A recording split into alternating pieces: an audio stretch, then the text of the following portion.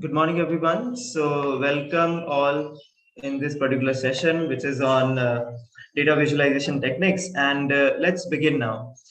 So, data visualization is something we all know that in today's world, whether it is something we go for buying something, maybe shopping, or we see in the workplace, or anywhere we see that data is beautifully picturized or data is systematically organized, and in that manner, data is always presented in a form which is easily understood by human beings.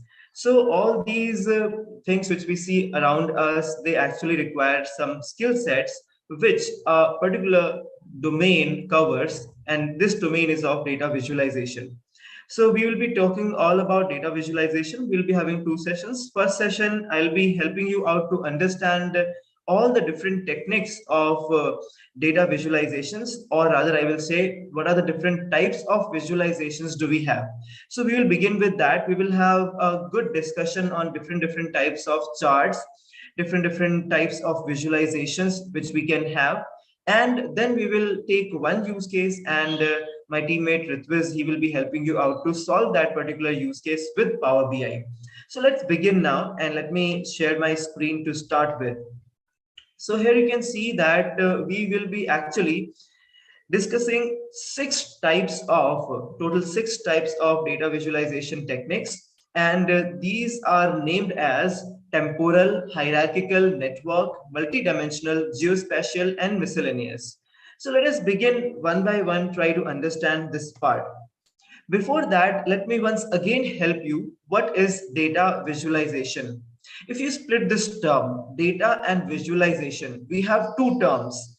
Data is something which we already have been exploring, discussing in a lot of sessions in our YouTube videos and in our in-house sessions. So data is everything which is digitally present today, maybe in the mobile devices, tablets, phablets, laptops, desktops, servers, cloud, whatever storage systems do we have, that all is data which mainly is classified as structured, semi-structured, and unstructured.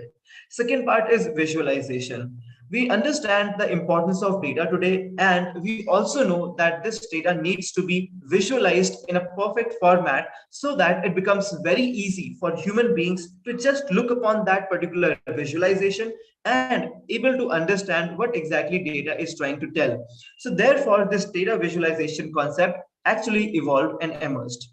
Now we will one by one understand all these six types of visualizations and what sort of graphs or charts come under them. Let us begin with the first one, which is temporal. So temporal is basically having two conditions. The first condition is the data represented should be linear, and second condition is data should be one dimensional. Now let me give you some examples. For example, let's say you must have seen some line charts, or you must have seen some charts where the data is in the form of linear format. Now you would think that what is this linear format? Let me tell you. Let's say today I had 10 people coming in my office as a visitor. And then yesterday there were 8 people. Day before yesterday there were 15 people. And this way I'm looking at 1 month's data. So if I'm looking at 1 month's data of visitors who are coming into my office, so what is happening? I have one variable which is representing the day, and I have another variable which is representing the number of visitors. So day and number of visitors, if you see, in this particular case, it basically shows a linear relationship. Why? Because day one, a number of people, day two, some more number of people, day three, some number of people. So what is happening with the help of days, I will be able to plot a graph of number of people visiting my office. So this the first condition, data represented should be linear, is fulfilled, and it should be one dimensional. It is also fulfilled. It is having only single dimension. Okay. So let us go ahead and try to understand more about it. What sort of charts will come under temporal? Now, the first chart is scatter plots. So this scatter plot, if you see, the example which I took will have, let's say, number of days, and second would be the number of people visiting. So if I consider that this is day one, this is day two, This one is day 3. So on day 1, I have, let's say, around 10 people visited. Then on day 2, I have around 30 people visited. On day 3, I have around 25 people visited. So what is happening? So this x-axis is representing the number of days, and this y-axis is representing the number of people who are visiting my office. So this is one example of scatter plot which comes under temporal. Now let us move ahead and try to understand the second one, which is pie chart. So pie chart is again one of the most common charts we see across. This pie chart is a circular representation having different arc lengths. The importance here is of arc lengths. If you see that this arc length is smaller as compared to the arc length which is here, it is larger. So larger the arc length, that means we have more data points over there and we have less data points on the smaller side. Now let me help you with a proper understanding of this. So let's take an example. So I was basically interviewing candidates, and I was interviewing some of the male candidates and some of the female candidates. And I was asked that how many male candidates were there. So there were 100 male candidates we were able to interview in a week's time. And there were 135 female candidates which we were able to interview. So when I'm plotting that time, this 135 would belong to female, the larger arc, and this area, which will be 100, it will belong to male. So this is how the representation is done in case of a pie chart. So wherever the data points are more, the arc would be larger. And wherever the data points are less, the arc would be lesser. Another representation in pie chart is in terms of percentages also. So this data can be termed or can be written in the form of percentages as well. So that is also a way pie charts work. Now let us move ahead and try to understand about polar area diagram. Now, if you look at this particular diagram, it exactly looks like a pie chart. You can see that it is exactly looking like a pie chart, but there's a difference. Now, let me tell you what is the difference. In case of a pie chart, if you have seen, the pie chart was having different arc lengths. That means the angle, okay, let me show you. This is basically called as an angle.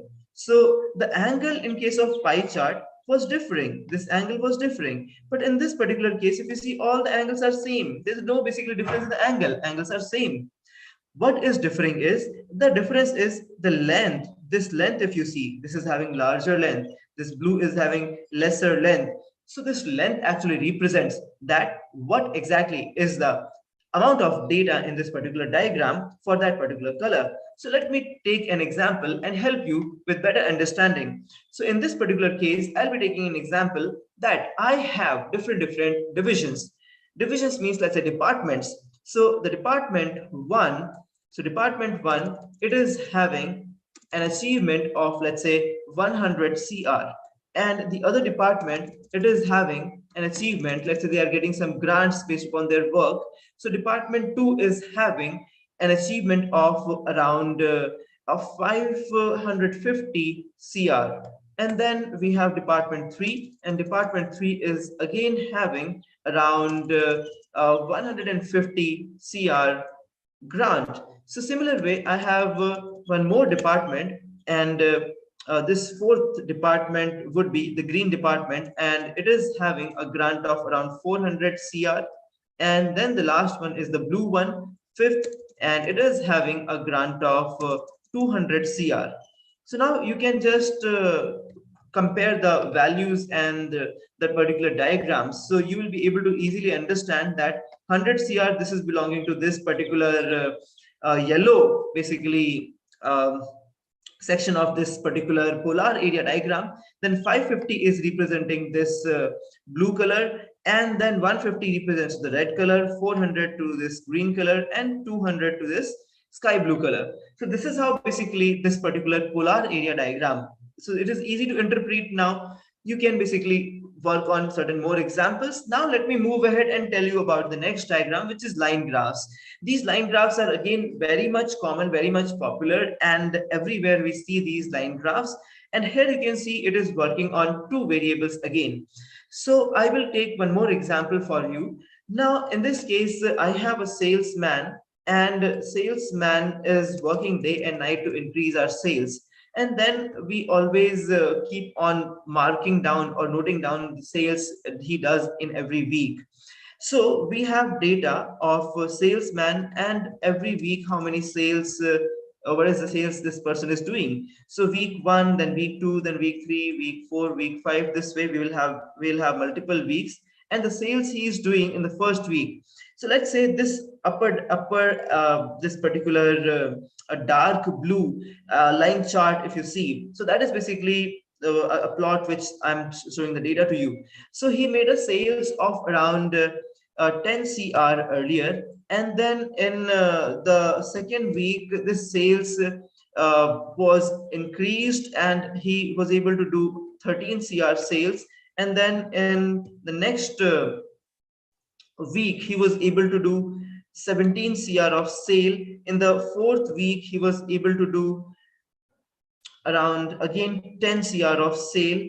And then in the next fifth week, he was able to do once again around 15 CR of sales. And then in the sixth week, he was able to do around 20 CR of sales. So you can see that the data points which I have plotted over here. So what is happening here? Basically, the weeks are increasing. The first week would be here, the second week would be somewhere here, the third week would be somewhere here. So the weeks are increasing, and as per the weeks, we are basically having the data of how much sales this person has done, and accordingly we are able to see in the graph that when the sales is increasing, when the sales is decreasing. So you can see that in the week 4 something happened, and this guy was not able to perform or was not able to maintain the level, and basically from 17 CR he went down till 10 CR. So a downfall we have seen here. So this is again a type of temporal chart, and this is called as line graphs.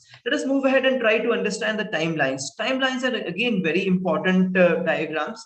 Timelines shows events in the history. So we know that when we work in an organization, so multiple things happen. Let's say you are managing a project and you want to represent project progress with the help of a timeline. So a simple timeline chart you can use, and you can show the progress of the project. It could be something like, let's say here I'm writing, this is week 1, first week, then followed by second week, followed by third week, followed by fourth week. So this is how these are the different weeks it is representing, followed by the fifth week. So total 5 weeks we have. So what happened in the first week, you can mention over here what happened in the first week. Let's say in the first week you were able to just do the requirement gathering. So mention over here that it was just a requirement gathering phase which was done, and that's it. And then in the second week, let's say you were able to do the wireframing part, and you were able to produce the designs, okay, different designs of different modules.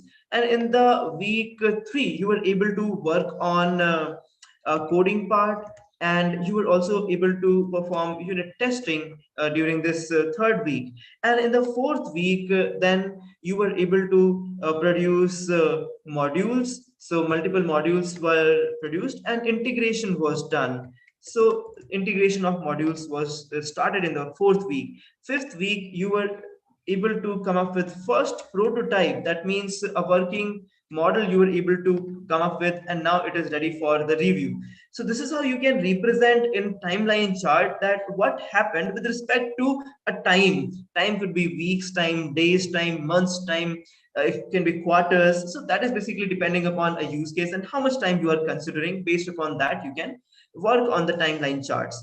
Now let us move ahead and try to understand further, which is basically an extension of timeline chart. This is time series sequence. So timeline chart, you understood. This time series sequence is again similar thing. It basically can be worked upon with the dates, and dates can be organized in terms of days, in terms of weeks, in terms of months, in terms of years. So that is our choice, how deep dive we want to go, or how we want to see at high level about the data. So in this case also, this is like a line chart, and it shows data points with respect to a time. For example, let's say I want to represent rainfall. So if I want to represent a rainfall, what will happen in rainfall? Rainfall, let's say 2010, then I will mention here, let's say some 30 units of rain basically did happen. Then 2011, then I'll mention the units, maybe 33. So this is how I'll keep on mentioning, okay, till let's say 2022. So I'll have data for 2022 as well over here. Let's say 49 heavily it was raining. So that data is represented in the form of 2D graph that is called as time series sequence. Now, this time series sequence is also used in time series analysis, and it is used for forecasting, predicting, making predictions in the future. So that is also a use of this particular chart. Now we are moving towards the second type, which is hierarchical. The word hierarchical itself tells us hierarchies. Hierarchies are basically, let's say you have your parents and you are their children. Now if you have your own children, so it becomes a hierarchy: your parents and you yourself and your children. So this is a hierarchy which we see in our families. Similar way, we see hierarchies in multiple ways. For example, if I want to watch a movie, so I will think, okay, which type of movie should I watch? So movie is on top of the hierarchy. Movie is on top of the hierarchy. Now, which type of movie? Comedy. So comedy, okay. So comedy becomes a second level in the hierarchy. But which language? Hindi or English or Marathi or whatever language you want. So that becomes one more level of hierarchy. And then I am also specific about the characters, those who are playing the roles in the movie. So which actor you want. So you can see that this is again becoming hierarchy. So these types of visualization portray ordered groups with larger groups. So we have a larger group. Movie is the larger group. Then under that we have a smaller group. Smaller group is maybe the genres. Okay, so comedy is the genre I want to see. So genres are smaller group, but yet they are larger groups. Now inside the genres, which language would you like to prefer? They are more smaller groups. Then which actor would you like to prefer? So we have a larger group, and then we have smaller, smaller, and smaller, and ultimately we end up at one particular place. So here basically you see the data and you can group the data based upon these particular hierarchies. Let us move ahead and try to understand the first part, which is basically tree diagram. Now a tree diagram here is ulta tree. Okay, it's opposite of a tree. In real time, we see that the roots of a tree are towards downside. Okay, so downside the roots are there. But in this particular case, the tree roots are on top. You can see that in this particular case, this is the root of the tree. Okay, and then the branches and the leaves all are towards the upside in a real tree. Okay, but here if you see, the branches are towards downside, and then we have intermediate nodes, and then ultimately we have the leaf nodes, the last and the terminating nodes, after which we don't have any kind of nodes. They are called as leaf nodes. So in this particular type of diagram, the terminologies are something to understand. And terminologies, I'm explaining to you the root node, that is the origination point from where the data actually starts to split into multiple branches. And after that, we have child nodes. Child nodes are basically coming under a parent. So this is a root node. This is not a child node because no parent is there above it. But all other nodes are basically child nodes. But a child node which does not have any child is called as leaf node. That is a terminating node. So this is how we name these particular nodes. And these nodes basically split the data. For example, let me give you a simple example to understand this part. Let's say if I ask you hungry, okay, I'm asking you hungry. So you can tell me yes or no. You can write it in the chat box, comment box. Okay, yes or no. So if you say yes or you say no, this will help me to create a tree diagram. And let me create a tree diagram in front of you. So the first particular node is basically hungry, and this particular node is for yes, this particular node is for no. Now basically once you say hungry, after that what happens? Either it is going to go towards this part or it is going to go towards that part. So how to determine? So this particular we have kept for yes, and the right side we have kept for no. And here I'll be writing this is for HUNGRY, hungry. If hungry, yes, so here have food. Okay, and then if hungry, no, SERVE, serve food. If you're not hungry, then help others to, okay, serve them food, they will eat food. So this is a tree I have created. So similar way, trees are created for decision making and for better understanding of data, and they're very much being used. And there are in-depth, there are some sort of impurity indexes which help us to decide how to split the trees. So if you really want to get to know more about it, those who are watching on YouTube, you may contact us, you may join our newly coming batches. So we'll surely in-depth cover these things there also. Let us move ahead, and now I'll be covering the second part here, which is under hierarchical, which is called as ring charts, or you can call it as sunburst diagram. Like you can see the diagram itself, sunburst. Okay, so it is like the sun has got burst. It looks like that. Okay, and those are the rays of the coming out of the sun. Or you can say this is a ring chart. Now let us try to understand. It is very much similar to tree chart only, but the representation is different. Tree chart was having nodes and the sub nodes, that means child nodes, and ultimately the leaf nodes. Here basically the center point here is our root node. So this center point, which I have highlighted with the black color, that is the root node. And after that root node, all other nodes, okay, so this one and small nodes you can see. So these are basically nodes, small areas, they are nodes. And these nodes, if you see that, they have certain length. So the length actually represents here that how much data is there in those particular nodes. So this is again a representation of what? A representation of the same thing, a tree, but it is in the form of radial format. So once again, how it will be there? So this is the root node, and after that we have this is concept is a child node, this plan is a child node, and further child nodes are also there. And you can see the area this concept is covering. This basically shows that it has got multiple attributes inside it. I'll give you an example, okay, so that you can easily understand this particular part.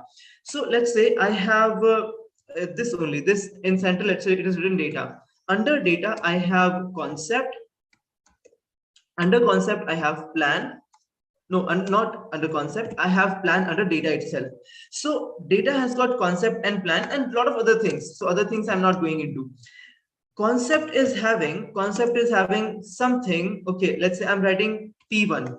Concept is having P2. Concept is having this way P3, P4, P5 and till P50. So many things, columns are there inside or attributes are inside concept. Okay, so you can see that concept in this particular diagram has got larger area. Why? Because it has got multiple such attributes inside it, within it. Okay, so these are the categories inside it. These categories will have more subcategories.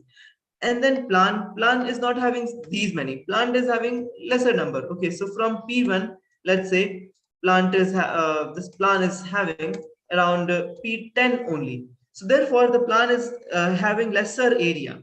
So this is how this particular ring chart or the sunburst chart, also similar to tree diagram, but the representation is different. And this is better representation because this is covering up lesser area than a tree diagram. It is covering lesser area. So this is another type of hierarchical pictorial representation. Let us move ahead and try to understand tree map under hierarchical graphs.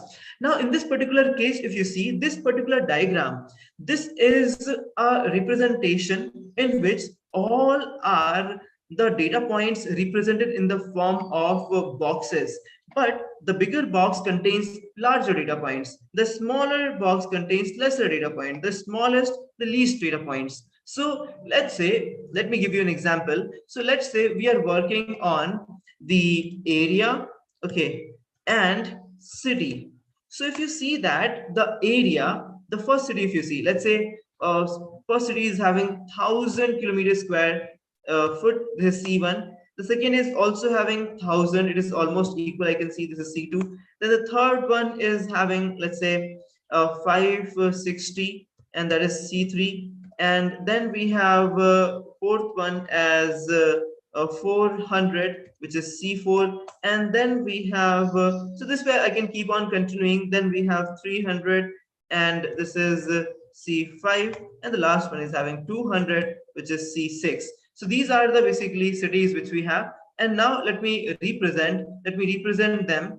So here if I show you that this is the first one, this 1,000 square feet is the second one, 500 is this one, 400 is this area, 300 is this area, and 200 is this area. So I have represented the data in the data format because this graph has been formed with the help of data only. So I have shown you the data, what kind of data I had, and based upon that particular data, I have drawn this particular tree map. So this is the significance. Tree maps are basically in the form of closed closed rectangles, and they are having some size. That size represents the area or the magnitude. Let us move ahead and try to understand the tree diagram.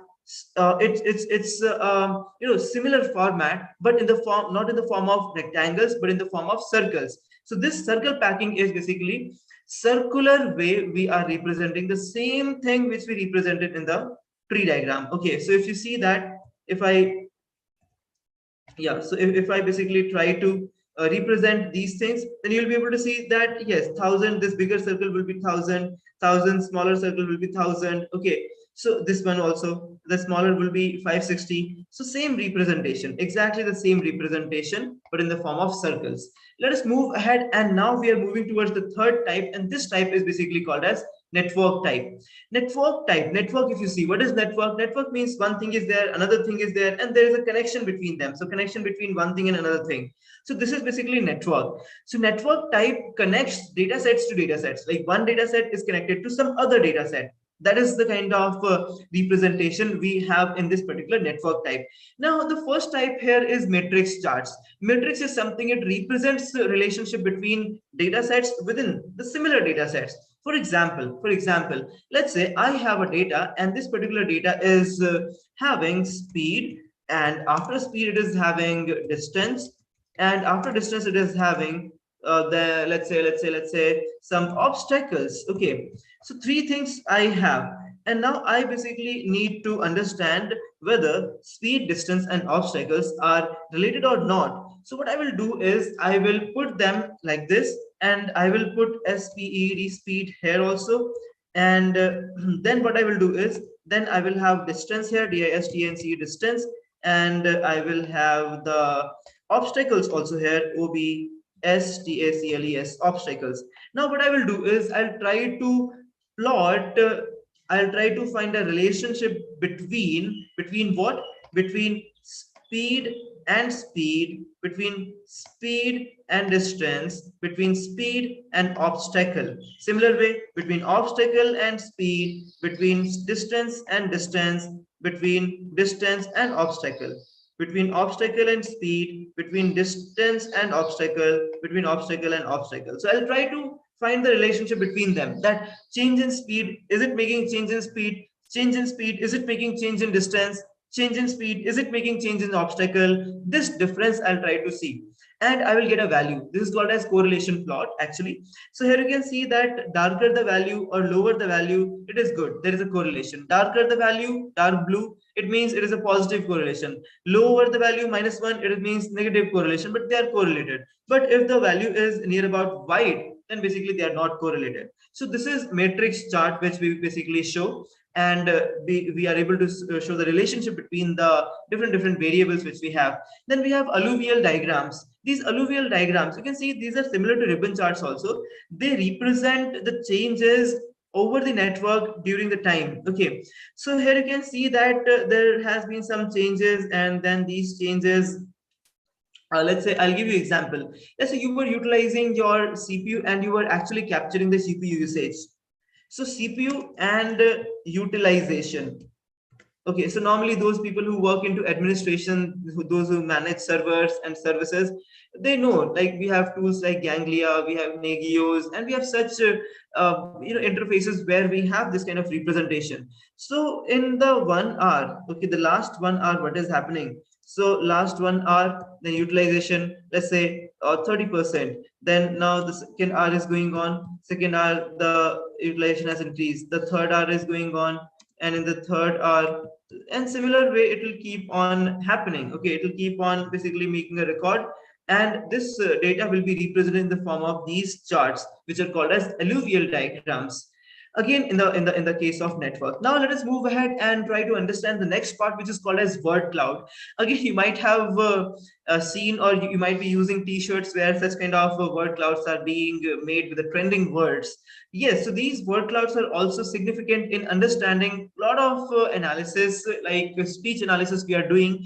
So in some speech, somebody has emphasized on, let's say, let's say weather conditions and how they can be improved. So what we can see is we can basically take that speech and we can do the word count. We can create a word cloud on that by doing some pre-processing with the help of NLP packages, and then we will get a word cloud which will tell us that which was the word which was mostly spoken about. So if some word is mostly spoken about, that means it is being emphasized, knowingly or unknowingly it is being emphasized. So this particular word cloud shows the largest word at the center, then basically adjacent to it, it will show the little less in number of occurrences, a little less time web must have occurred, little less time users must have occurred, but it will reduce the size. If the word has been least occurred, it will make it the smallest one. So based upon the size, we can see the relevancy of a particular word, how that word has been spoken. So this is basically word cloud. Again, helps us in a quick analysis of the quick and hot topics which are being discussed in a particular speech. Let us move ahead and try to understand another format under network, which is called as node link diagrams. Especially these are working with where we have some software which creates accounts. You can think of any such software and write it in the chat box, that how these what are the examples of these systems. Let me give examples. We have banking systems, we have social media systems. So these systems have got different accounts created with their software, and these accounts are basically connected to each other. For example, let's say I transfer some amount to you, so my account is connected to your account, and therefore I was able to make a transaction. Similar way, if I send a friend request on Facebook, and if somebody accepts it, so there's a successful connection established between me and that person. If basically I send a connect request on LinkedIn to some professional and that person accepts it, so that is again basically node link diagrams. Node link diagrams are very important for visualization as well as for further analysis purpose, because they help us to identify the fraud cases, they help us to identify common friends, they help us to identify what sort of optimizations can be done in different infrastructures. So a lot of things these node link diagrams help us to do. Let us move ahead and try to understand the next part, the fourth part, which is of multidimensional diagrams or charts. So in this case, multidimensional. So we were discussing about temporal. In temporal, we had only one single one dimension, right? Multi is opposite to that. It can have multiple dimensions. So it can work on more than one features. And let us see that how it can be worked. So scatter plot is another example which can work with temporal as well as which can work with multidimensional plot as well. So here in scatter plot, you may have multiple variables features which are basically there, and they will be represented with the help of different colors. Okay, here you can see that this is having different color, this is having different color. So with the help of colors you can represent, with the help of size you can represent. So you can see that one variable will represent x, one variable will represent y, another variable will represent x, color of the data points, another variable will represent size of the data points. So you can see multiple variables you can use which can help us for visualization purpose in a single diagram. Now let us move ahead and try to understand the stacked bar graph. So normally bar graphs, histograms, these we have seen and discussed. Now this stacked bar graphs, so this basically shows again multi-dimensional data. So one dimensional is blue, another dimension is your orange. So that is something it basically sees. Okay, let us move ahead and try to understand parallel coordinate plot. So here you can see that in this particular case we have certain data points, and these data points are belonging to n features, or you can say n dimensional data. So each line is having different color. So here I will give an example. The example could be, let's say I want to work upon, let's say we are streaming some video. Okay, so streaming a video, and this stream is going through different platforms. So one is basically YouTube, another is Facebook, another is Insta, and so on. So what I will see is how is the streaming happening, or what is the streaming quality and speed in YouTube? What is the streaming quality and speed on Facebook, on Insta? So what will happen here? Basically, one of the lines will belong to YouTube. One of the lines will belong to Facebook. One of the lines will belong to Insta. So this is how basically we are drawing for different categories we are displaying, or dimensions we are displaying, that what is the lines which represent the quality of data being streamed. Let us move ahead and try to understand the next part, which is basically geospatial. Geospatial, the word itself tells us that geo, that means something related to ground, something related to earth, something related to the physical space where we live.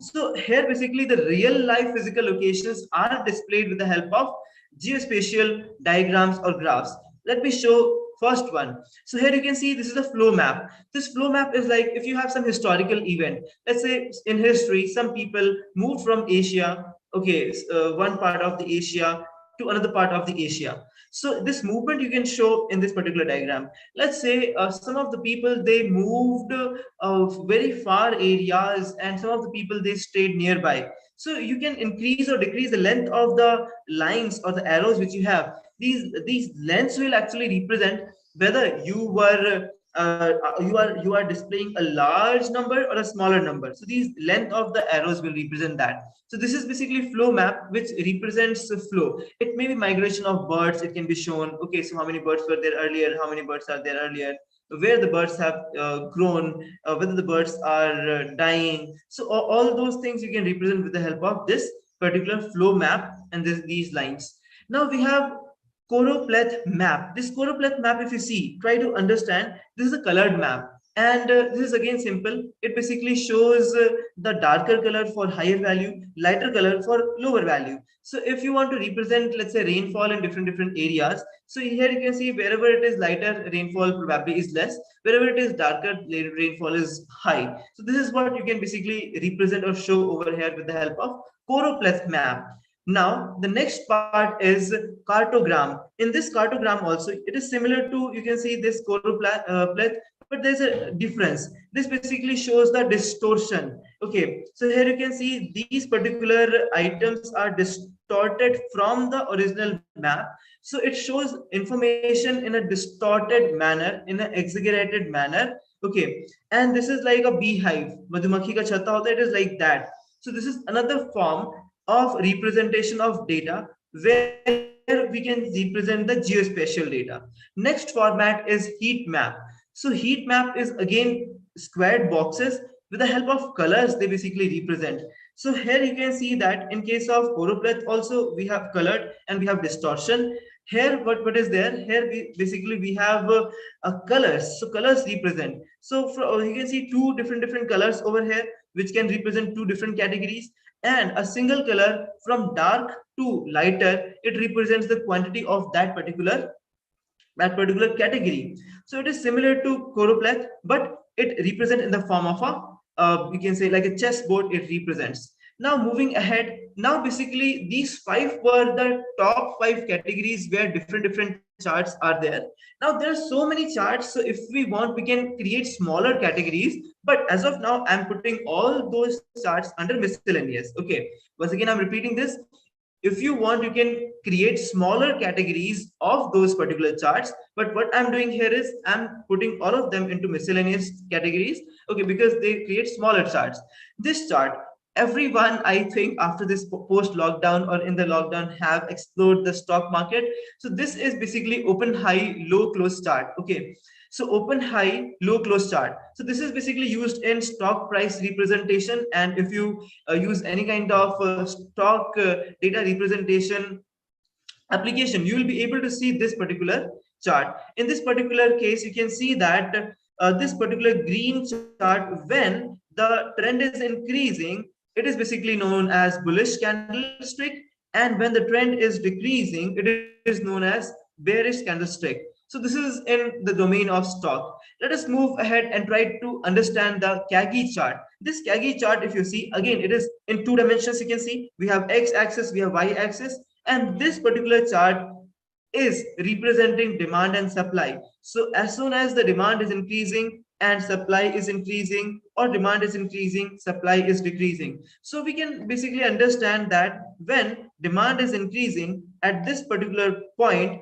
then we can see that the supply is also increased. Okay, when basically again further demand is increased, so here supply was decreased. Okay, further moving, demand increased, supply also increased. So at certain points we can see, for example, now the chips which are used for manufacturing the two-wheelers, three-wheelers, demand is very high, but the supply is decreasing. Okay, it is or is on a fixed constant rate. So that is basically creating some challenges. So this Kagi chart is used to represent the demand and supply. This is one example. This is how it can represent with respect to time. So these were the total 6 types which I basically help you with. If you have any queries and questions, you may write in the chat box. This session is live. You may write it down, and I will request you, if you have not yet subscribed our channel, please do that. If you have not pressed the bell icon, please do that. Now we have a 10 seconds break, and we are moving towards the second part where we will be covering a use case with the help of a data set. And the tool today we are using is Power BI. So just wait for 10 minutes, 10 seconds, and we'll be moving towards the Power BI.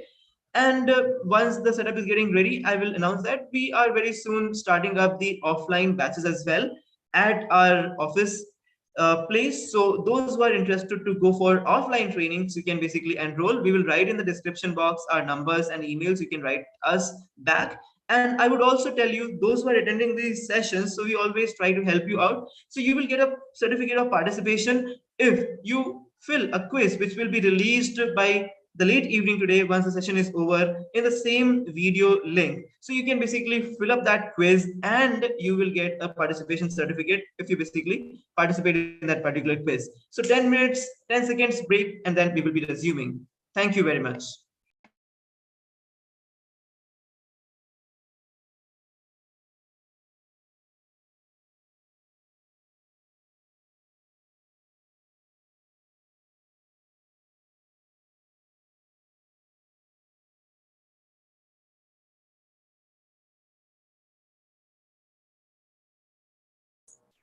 So a very good morning to all of you. I hope my voice is reaching you out. So we are again here with the presentation about data visualization with Power BI. And today the topic that we would be looking is HR analytics. Here we would be trying to find out that how with different domains, like today's domain is HR. So how can we find and how we can analyze the HR data set that we would be having, and through a business intelligence tool that is Power BI, we would be looking forward, and with different visualizations we would be trying, and we would be finding what kind of data we are having and what is the potential of the data. So let's start. The very first thing is that we need to know what is data visualization. So data visualization is very simple.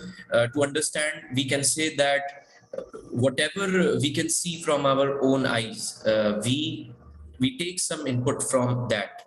So if you see a person, you can just by looking, you can judge the person on some basis, like you can find from which background that person is coming, whether that person is from south region, whether that person is from north region. And you can also find that by looking the posture of the body, you can also find that what is the age. So similarly we are able to visualize things. You see anything, you are able to visualize. So same as data visualization.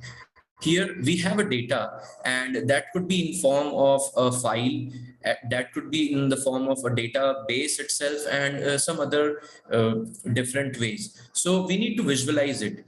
Data visualization is very simple. This means that any person who is from different domains, whether it is technical or it is non-technical, the person is from computer science background, or the person is from maybe commerce or arts or some other background, that person would be able to understand what you are trying to say uh, in a very simple manner. So this is data visualization. We will also be understanding that why we are using data visualization. And with help of business intelligence tool, we can use data visualization. So business intelligence tools is also the same thing.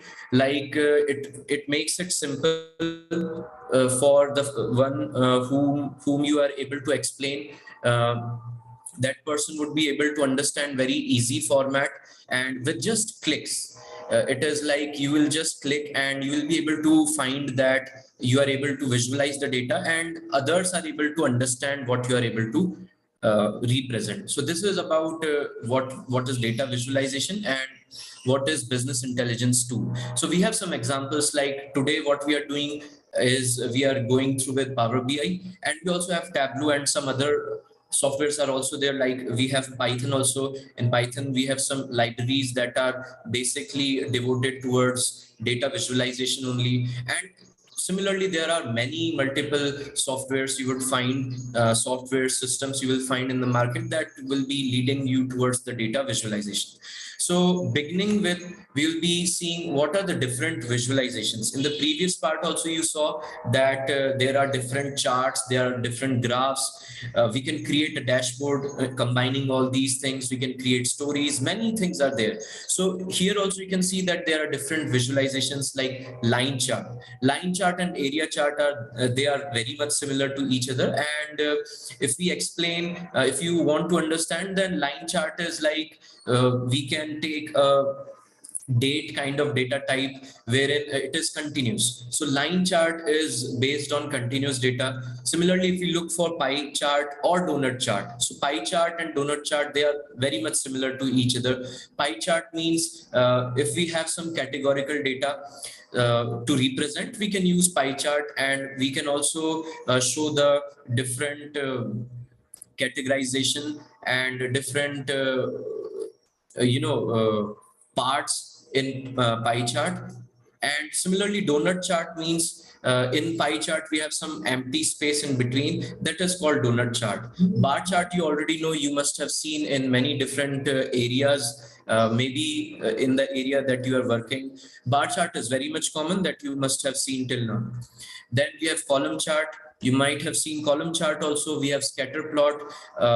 Scatter plot is also used for some algorithms to be, used in Python, and similarly to predict something, to find out the patterns. And similarly, we have tree map, we have table, we have matrix, and we have gauge chart also. So these are different visualizations we are having, and today we will be looking some of them in our data set, when we will be visualizing the different columns, the different attributes through the HR database. So the very first step is that we will be importing the data. So I will be just going towards the Power BI desktop, that is the free version. You might be aware. If not, then you can simply download it from Microsoft store, and also you can download it from Chrome. So there are 2-3 ways to download. And similarly, now you can see this interface wherein you can find different options here to be followed while you are visualizing the data. And beginning with, what we can do is we can start with, yes, we can start with this thing, that is importing the data. So we have an option here, that is get data. So the moment I click here, is you would be seeing multiple options that will lead you towards different sources from which you can take the data and you can import them, right? And similarly, now it is opening. Let's wait a minute. Till that time, you can see the interface, you can see the GUI of this Power BI, wherein you can have multiple options for visualizing the data. So here you can see that we can import data from Excel sheet, we can import from CSV file, we can import from XML format, we can have the data from JSON format, we can have a folder, PDF, Parquet, we can have multiple databases that you can see here, that is SQL Server, Oracle, IBM DB2, IBM Netezza, and similarly we have Impala. Like these many databases you can find. Similarly, we have Azure, that is something related to cloud, you might be aware. So So from directly from cloud also you can take multiple data sets also, and you can import it here. Now similarly we have multiple data sources that you can find here. I would be telling you that even if you have some CSV file, so you can always click to this option and you can click connect. Once you connect, it will be connecting to your local system, and it will be showcasing that what all CSV format files you are having. So here also you can click on all files or text files. In text files also you can see CSV files. So this is considered. So even if I click on profit by segment and country, I created this table. I took this table in Power BI only. So just for showing, I'm representing this with CSV file. So you know that CSV is comma separated file, and accordingly you can see the data here, right? So now you can see that all these columns are here, and similarly you can see that delimiter is being there. So delimiter means in CSV file we have commas everywhere. After every entry we have a comma, and then we have different entry. So all the columns, all the information, all the, we can say, the values is being differentiated with the comma. So that's why it is called as delimiter. So we can set the delimiter here. Power BI is we can say that it is intelligent, that automatically it has clicked on comma. And similarly we have colon, we have equal sign, we have semicolon, we have space, tab, and similarly we can also customize it according to the file that we are having. We can customize it also. And similarly we can load, and once you load the file you will see that the file is able to the file has been loaded to your right side. So it will take a little time. We can wait, and you can see on the screen that it is written loading the file. That is the profit by segment and country. So it has been loaded, and now you can see that to your fields part here, all the columns you would be able to see. So we have only three columns, as you said, as you saw earlier, that is country, profit, and segment. Similarly, I showed you how CSV file could be imported, and as I showed you, I will be deleting it from the model, and now I would be taking another data source, and I will be showing you how you can import the different different sources, how you can import data from different sources. So we have one option here. I will uh, I will show you that option, and similarly we will be importing the data. We will be importing the data from MySQL. You might be aware that we have software that works on SQLish language, that is MySQL, that is again a database. I will search here MySQL, and once I search, you can see that MySQL database is coming. So I will connect, I will create a connection, and once I have connected, you will see a pop-up wherein they are asking for the server name. So in general terms, everyone would be having a similar server name. So I will be writing here local host colon 3306. So this is the server name, and database from which I would be connecting is HR database for today, as you know, and I will clicking on OK. So once I click on OK, you can see very simply a new navigator pane would be opening, wherein you will find all the different tables that you can see on your screen. So if you have already if you are familiar with the HR database, then it is very much good for you. You'll be understanding it better. And if not, till now you have not came across with HR database, then also it is very much important, and also it will be benefiting you once you look up for the Power BI with HR database. So I will be selecting all these views, all these tables, and then we will be carrying forward it. So I'm clicking all these tables. You can see it is coming, and you can see all the columns also here. So because we need to understand that how the data is coming. Many a times what happens is, if you are using Python, and in Python you are using pandas library to import some files, to import some text files or CSV file or an Excel sheet. So there you might have seen that many a times the rows, the information that you're having, the actual data that you're having, that gets connected, and that is being coming up with the heading part. That means the column names are coming the data part. So in that way, what we can do, we also can transform the data. So for transforming the data, we have multiple things, and I will be showing you that importing we have done. As you can see that we have the get data option in Power BI desktop that will lead you towards different sources that will connect you from different sources. And similarly, you can see databases we are having. We have Azure, we have web, and we have file formats, different file formats. So all these sources we can take data from. And after doing this, we are having the second option, that is transforming the data. You very well know that once we load the data to some software, the next part is cleaning the data. That means taking out the duplicates, or taking out the missing values, or dealing with missing values. Then we can also see that we can manipulate the data.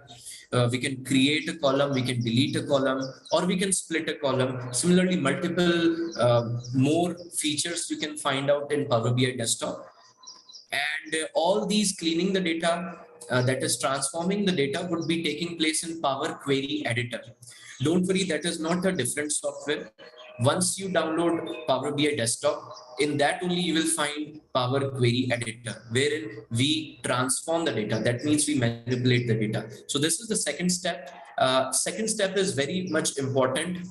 Why? Because we need to know that the data that we have imported, whether it is in the proper format, the format in which we want, whether it is in that format or not. So similarly, while dealing with the visualizations also, we can change or we can transform the data once, as and when that is required. So similarly, once we have imported the data, we have loaded the data, then also you can transform the data. You saw that when we loaded the data, while loading, we had an option that is transforming data, and we also had an option called load. So we have loaded, and you can see that all the tables are coming here, as in the previous part we saw while we were dealing with the CSV format. So similarly, you can see all these tables. Now you also might be seeing that we have some symbols here, right? So these symbols are representing the numerical data, and we can call it as sigma. And similarly, if we have date kind of data type, then also that would be represented with some different icon. You can see that higher date that is there, it is representing with a different icon. So similarly, Power BI again is very powerful, and it understands automatically. You take the data from any source, and you load it.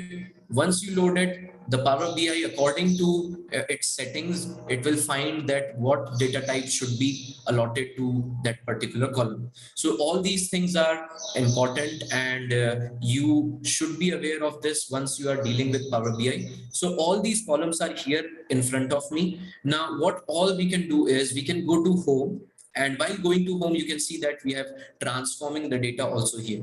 Now, again, I will be going through. So you can see that get data. In get data, we saw different sources. We have a different option for Excel worksheet. We have different option for Power BI data set. We have SQL server. Also, we can create our own data. See, Power BI is again very much powerful. We can create our own data. We can create models. You can understand modeling, data modeling. You might have gone through with data modeling if you are from the domain of data science or data analysis. So data modeling means reshaping or shaping your data in the format you want, right? So entering data is also an option here. Similarly, transform data, we can refresh, we can have new visuals, we can have a text box while creating a dashboard. More visuals we can create our own visuals by combining two visuals, we can create one visual. We can have new measures, we can have quick measures, and similarly, we can publish also. For publishing, you need a business email account. Your personal email account won't work here. So you need to have a business account. And once you have it, you can definitely publish it on Power BI service. So this is how some options are here in home pane. In insert, if you go, you have new visuals again, you have question and answers, you have key influencers, and similarly, you can have different shapes and different images, you can have different buttons, and all these are used for visualizing. You know, visualizing means making it simple for the one to understand it better. So similarly, more features, so it will be more simplified for the one uh, who is able to visualize what you are able to explain. So in modeling also, you can see again some options are similar, like new table you can create. You can create a new column in an existing table. You can have a quick measure, new measure, and similarly here also we have question and answer setup. All right, we can create a new parameter also. Similarly, in view, if we go, we can have a proper wallpaper at the background of the dashboard that we are creating. Similarly, we have some multiple options. We have an option here like customize current theme. Now what happens is, you can see that we have a page one. Similarly, we can create multiple pages, and at the end, if you want, we can combine all these pages and we can create a dashboard. So what happens is, at multiple times you are creating pages and you want a same setup in all those pages. So what an option that we can see here is customize current theme. Once you click on customize current theme, you have multiple options, like you can have a text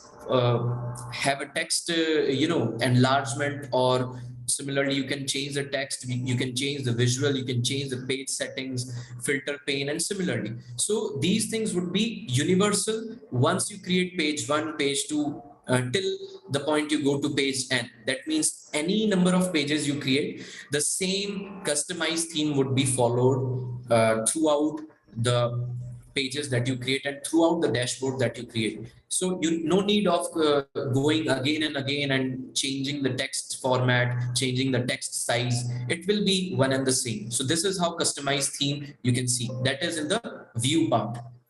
Now you can see in the view here we have the customized current theme that I was talking about. So similarly, now we can go to help also, and we have some community, we have Power BI blogs, and similarly we have some guiding tools or guiding features that you can see here, wherein you can find it very much helpful for you once you stuck up with some features, or you are stuck in some of the steps that you're following for visualizing the data. So similarly, I made you aware that what all different options that we can see here, and what are the different features that you can find in a Power BI desktop. So similarly, we have three things also here. One is the report, this blank white page, or we can say this blank white background, or this playground that you can see. We can create different visuals here. And similarly, we have something called data here. Once we click on data, so this is again very much important, because you can see to your right, you have the different table names. And once you click on some of the table, suppose I click on HR departments table. So in departments table, you can see what all columns you can have. And similarly, what is the actual data that specific column is having. So it is important, while you are visualizing the data, you should know what kind of data that specific column is having. Multiple times, you are able to visualize it into some other format, but the output is not coming. Why? Because you are not aware of the data that it has been there in that specific column. So similarly, this data option, or this data pane that you can see here, that will take you towards the actual table, actual columns, actual data that is there inside the specific columns. And similarly, you can maybe you can transform it, or Suppose I click here, department name. If I click on department name, you can see multiple options are coming. In here, you can have a new column. You can manage relationships, data groups you can create. You can sort it by column. And similarly, if you want to summarize it, you can summarize it. Date category, you can see it is categorized till now. Format, you can see it is in text format. And if I have to change the data type also, so you can see that we can call it as string, we can call it as varchar, or we can call it as text.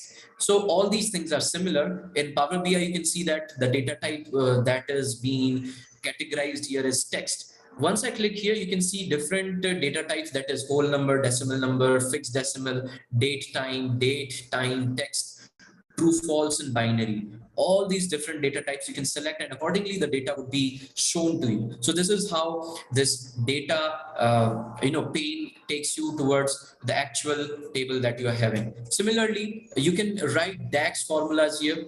Suppose you want to create a new column, you want to create a new you want to create a new category and something like that, you can create it with DAX formulas that you can write in this white space. All right.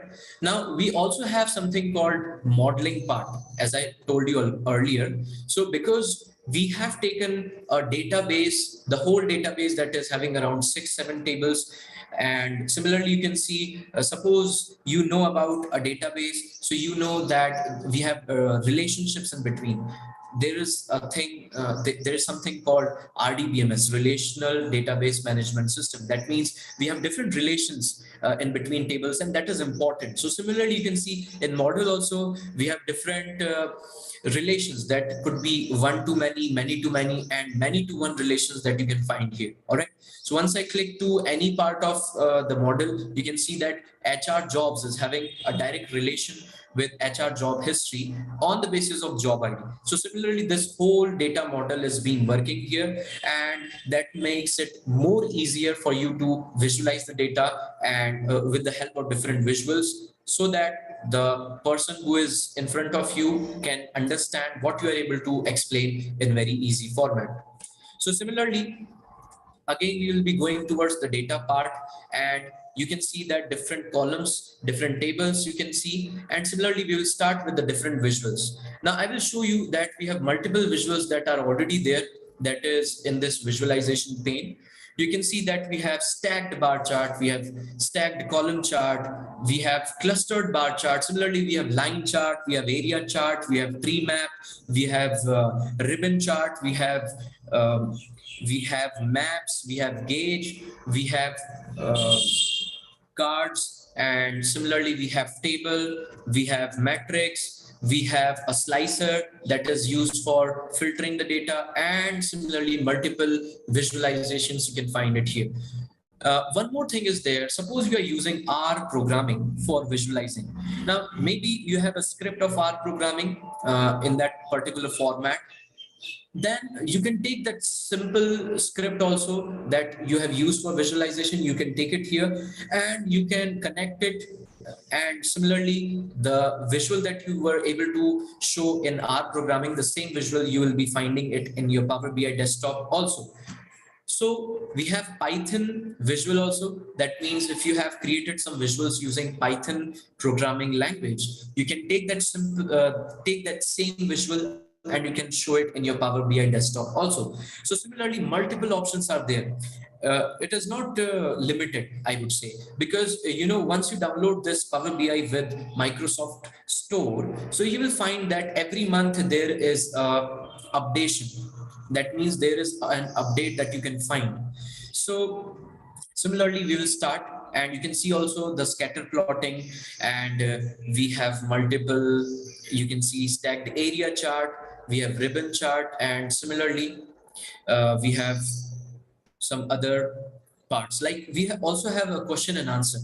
So I will just start we can start with the HR countries. That means in this countries table we can find some columns, like you can see that country ID is there, we have country name, and we have yes, we have country name, country ID, and region ID. So for this, if you try to understand, if you think about it for maybe some seconds, you will see that if countries is a table, so what visual can we see? So we have some important visuals for showing something that is related to geographical representation, because countries, if we showcase it with maybe line chart or maybe through the funnel chart, if we are able to showcase something related to country, then it is okay. But if we are able to show, if we want to show something related to countries, and in that country what all areas are coming in which the employees are living of that specific company, so we need to settle it down with map. We have filled map here, we have shape map, and we have a normal map. So we'll be going through with maybe filled map for the first time. And once I click in this visual, you can see that filled map particular has come up, and you can resize it to whatever way you want. And similarly, I will taking this country name. All right, so I will be taking this country name and I will simply dropping it towards the location. So because country name is having some data, and that data would be having a link to internet, because Power BI desktop, we are using internet also at some parts. So because of internet, now you can see according to the country names, you can see these visual have come up, and to all those countries that are there in the country name column, you'll find it here. So once I take my cursor, you can see that the different country names are coming. Now you can see that maybe China is also here. So maybe you can see Russia is not here. Once I'm clicking or I'm taking cursor towards Russia, you know that Russia is very big country. And because that is not there in the data, you will find that the toolkit or the tooltip is not coming, wherein you will find the written part. Similarly, you can see that country name China is coming, country name our India is coming, you have Australia, and similarly you have Brazil and Argentina, and similarly you have Canada. So all those information that is there in the data will be coming here with the internet. Now we will move further. So we took location, in location we took country name, and in legend we can take region name also. Now we can find the region name simply here, the region name. So you can see that region name is coming in two different ways. Different ways means you can find it in employee details view, and also you can find it in regions. So we have a direct relation with countries table and regions table. So we will take the region name from the regions table. I will take it and I will give the priority to it, and uh, I will drag it towards the legend. And once I drag towards the legend, you will see that something different is coming up. Now, to understand it, we can resize it. We can make it bigger. And now you can see that country name, region name is coming. All right. So here you can see that because I used region name as the legend, you can see that region name Americas, Asia, Europe, Middle East, and Africa is coming. And they are divided into different colors. You can see that Americas is divided into bluish color, light blue. Now, once I click to America, you can see that the whole America is spread towards the left part of the globe. Now you can see that Asia is this, and in Asia you can see that Australia is coming, China and India, and some parts of you can see here that we have China here also. They are showing China only. You can see that Japan is here, and yes, so all these countries are coming to Asia. Once I take my cursor to anywhere, you can see that tooltips is showing country name China, region name Asia. If I have to add on some more things, I can simply add it. So in regions, now I will be finding out city. because we are going through countries, we are going through regions, we are going through city. So all these are related to each other. So in locations only you can find the city. I will take it and I will drag it towards the tooltip. Once I drag it to the tooltip, now you would see that again it has been changed. Now let's have a look how and what differences it is making. You can see that country name Canada is coming, region name America is coming, and the first city that you can see is Toronto. All right. Similarly, if you go to Europe, you can see Germany country, region is Europe, and city is Munich. Okay. Now similarly, you can see in Brazil, that is the country name. We have the region name as Americas, and first city is Sao Paulo. So this is how different cities are also coming. Once I dragged and dropped the city to the tooltip. Now you can see also that it is showing first city. Now why it is showing first city? Because somehow the city column is having some kind of data type that could be a text format. Now because that is text format, we can't showcase all the cities that are coming to Americas. We can't showcase all the cities that are coming in under Asia. And so you can see the option like first and last. All right. Now if I click on last, now you remember if I go to America, in Canada, it was something else. It was Toronto earlier. Now the last city is coming Whitehorse. Now, similarly, if I go to Germany, earlier it was Munich. Okay, so again it is Munich. Now, if I go to Brazil, again it is Sao Paulo. Now, in some regions it has changed. So now you can see that we have different options also. Now in region name also, because the data type is not that much, it is not numerical data. We will be also dealing with numerical data. You will find that we can apply some statistics, like we can find out the total sum, we can find out the aggregate, we can find out the maximum, minimum, and similarly we can visualize it. So now let's have a look to the next part. So maybe you might have understood that what we are trying to find out. We are trying to find out that this HR data that we are having. Now you can similarly I can make a story. HR database means it is related to some company. Now, if it is related to some company, that HR person or that HR, domain, and that many people coming under HR domain, so they are working towards human resource, and they also have some data with them. The data could be related to employees, the data could be related to their salaries, to their departments, and what are the managers that are allotted, and for that specific manager what all employees are coming under, and similarly many multiple things HR is having. So now HR wants to know that in what all countries we are having our company franchisee, maybe, or we are having company partners, something like that, or the sister company. And similarly, what all cities are there in which that specific company is being situated.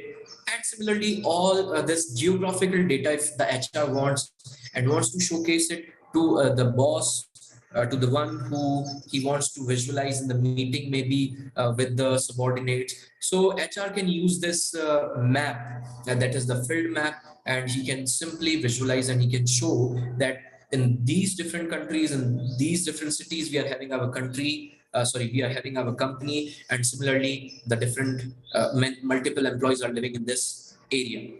So this is how we created the first thing. In this page, we can give the title also. We can give the title that city or the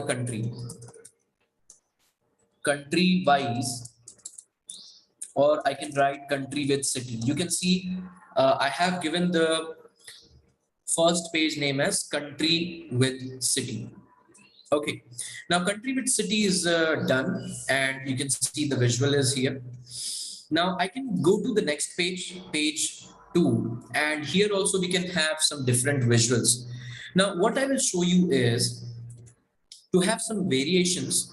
I will click this visual, I will click right, and I will copy it. Okay, copy visual. Once I copy visual, I go to the next page and I will paste it here. So this is not coming. Just a minute.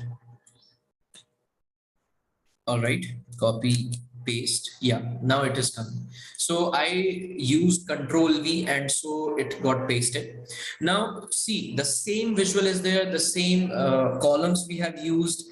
What I will do is I will simply click to the different visual that we are having. Now if I click to map, now you will see that it has been changed. Now how it has changed, you can see different bubbles are coming, right? So in this visual, the simple map visual is being showcased with the bubbles that you can see. All right, now this bubble is having, we have something called bubble size. We can actually categorize the data, or we can showcase this specific map visual with the help of this bubble size. Now in bubble size, what I can do is, if I want to find that how many city data is there in specific country. Now we can take a simple example, right?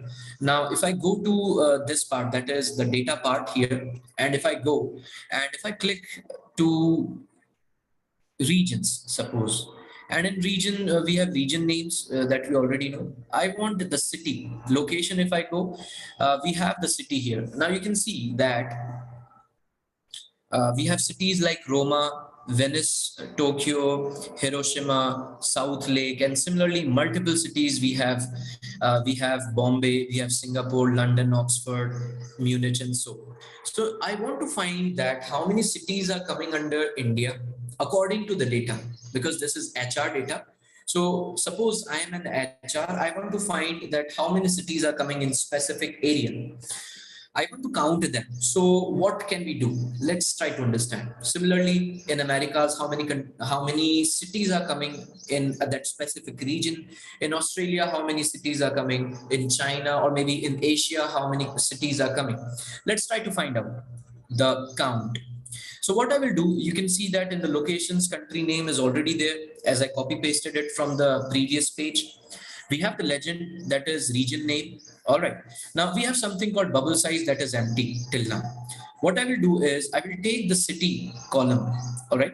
I will search it here, city. Why I am searching is because there are multiple tables. Because multiple tables are there, there are multiple plenty of columns inside them. And so I am searching. So in locations, I will take the city. City is already there. And again, I will take the city and I will take it to the bubble size. Once I take it to the bubble size, automatically it is choosing the count of city, and no need of specifying that whether I want count or I want count distinct. You can see that we have different options also here, that is count or maybe count of a distinct and move to, or we have some new quick measures also. Suppose you want to find out the percentage. All right. In new quick measure, you can see that select a calculation. You can see that max per category, minimum per category. Also, you can find here that percentage difference from filtered value. So you can see that statistics has been applied here in Power BI, and there are multiple options like maximum, minimum, percentage, average. You can find out multiple things. Quarterly, you can find out, and monthly, yearly, you can find out. So similarly, these all options are also here. You can always explore these columns, all these filters. Now, once I've chosen, now you can see that according to the bubble size. Now, even if I ask you the question, which bubble is having the bigger size? Now, even if you also visualize, you will find that this bubble is the biggest. Now, why it is biggest, I will tell you. If I take the cursor towards it, you can see the tooltip. It is showing the country name, that is United States of America. Region name, it is showing Americas, and count of city is showing 4. So because it is showing count of city as 4, the bubble size is the biggest. Now, if I take my cursor towards the smallest bubble that I could ever see, is suppose this one. Now, here you can see that the country name is Netherlands, region is Europe, and the count of city is only and only 1. Now, because it is only 1, multiple bubbles, you will find that the countries, the cities that are coming in that specific area, it is 1. So similarly, here you can find 1, here you can find 1, and similarly in China you can find 1. Because I showed you that United States is having the highest city, that is 4. Here you can see that it is count of city 3. United Kingdom is having 3. So similarly now the person can find out that how many cities are there in specific region, in specific country. So this is how the second visual we can find. Now I can give the name of to this visual. I can give count of city on basis of region, and I can see country. All right. So this is what I did. Now you might be seeing what it is coming. So this is how I created 2 visuals, and similarly you can create multiple. Now let's move to the next part.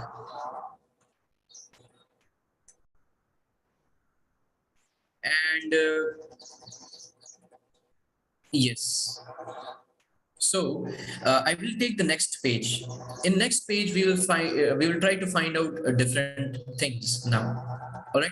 Now in this part only, if we talk about formatting, we can have multiple formatting because we are using visuals. We can format always. So we have some format pane here. You can see format your report page. The whole report page or the whole visual can be formatted from here. You can see some options like page information, canvas setting, canvas background, wallpaper, filter pane, filter cards. Why these formats are being showcased? Because I have not selected that specific visual.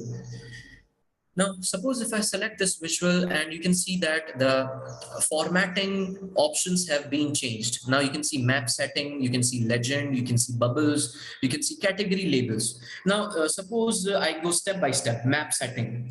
In map setting, you can see the style. Now, the style could be road, that is already there. I could click to the aerial view that many of you would be using Ola cabs and Uber cabs. So while you are using that, or you are using Google Maps, you will find some mapping that is all similar to what you can see now. So this is the aerial view. You can change the style, you can change it to the dark one, and accordingly you can see the output. You can change to light one. Now the light one showcase, or you might be recalling your school days wherein you used to have that world map or the India map. Similarly, that is the light one.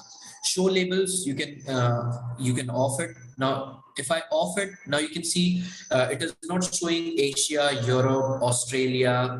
It is not showing America. Again, I will switch it on. Now you will see that it is showing Asia, it is showing Indian Ocean, Atlantic Ocean, Pacific Ocean, South America, North America, Africa, Australia, Pacific Ocean. All these things it has been showing. So these things we can format. Controls, if we go, we have auto zoom on. That is using your clicking area. Zoom button, if you want. Zoom button means here a zoom button would be provided. Suppose I click to the plus sign, it will go and zoom in. If I click to the minus sign, it will zoom out. So similarly, you can have it, you can close it.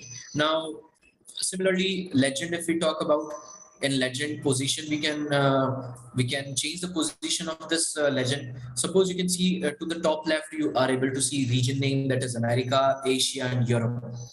Now I can change it top left to I can change it to center right. If I click on center right, you can see that in central to the right position, you can see region names. All right, so all these options are available. I will click on to the top left only. In the text format also, if you want to change the text of this legend, you can always change. You can change the color. Suppose I want the color something like reddish part.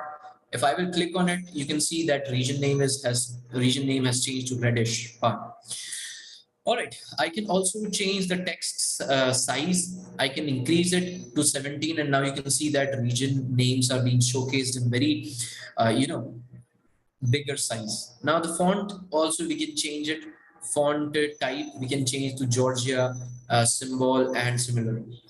If I click on Georgia, you can see the font formatting has been changed. I can click on bold. I can click on italic, I can click on underline. Similarly, these text could be changed. Now, even if I talk about text, sorry, the title text, the region name it has been showing. All right. Now I can change it to something else. Title text could be region name, and I can write regions. Simple, I will write regions. Now you can see that the title has changed. All right. Now bubbles, if we talk about, because multiple many data is having only and only one cities in that specific column. So what we can do is we can size it. We can change the size. I can increase the size, I can decrease the size of the bubbles. Okay, I can increase and decrease the size. Suppose I have increased, and you can see that now it is looking more beautiful. I can increase more, and you can see the size been increasing. You can also work on, similarly, colors also you can work to specific what specific color you need to give. You can also work on that. All right. Now for Americas it is bluish color. You can take it to some reddish part. Okay. For Asia it is something like that, or you can take it to something lighter. But they are looking very much similar, but so I would reset to default. And similarly you can see it has been resetted, but I will change the size. Now category label. Now category label means all those categories that are being showcased, you can see now that is much more appealing, right? Anyone who would be seeing it would be much more appealing. You can see that category labels are coming now. Also you can increase the size of them. You can change the color. Suppose if I change the color to black, now you can see in much good way it is being shown. In background also you can see, you can change the background color. If I have to change it, I can change it to maybe dark black, and you can see this has come up. Or maybe I can change it to something like this. Now it looks much more good manner, and you can also work on the transparency. So you can see this way. So these are all the formats that you can always use while visualizing the specific visual. Now, this is what we did. We will move to the next page, and we will looking forward for the next visual that we can find. All right. So here what we will do is we will try to find out something that is related to numerical data. So in numerical data, you can see this sigma symbol. All right. So what I will do is we have something called salary here. All right. I will just click on salary, and you can see that it is being showcased like this way. But this has no meaning. So I will remove it simply. And what I will do is I will take cards from here. All right. So I will click the visual card, and in this visual, I will select the salary column. Once I select the salary column, now you ask a question to yourself whether this is coming correct or not. Now the salary is coming 684.40K. That means it is around 6,84,000. All right. Uh, yeah, it could be, or 68,000. It could be 68,440, something like that, if that is the salary. In fields, if you go, because that is a numerical data type, that this column is having a numerical data type. So you can see that we are having sum, we are having average, minimum, maximum, count, and likewise. So what I will do is, instead of sum, because sum has no meaning, suppose we are having 100 employees in a company.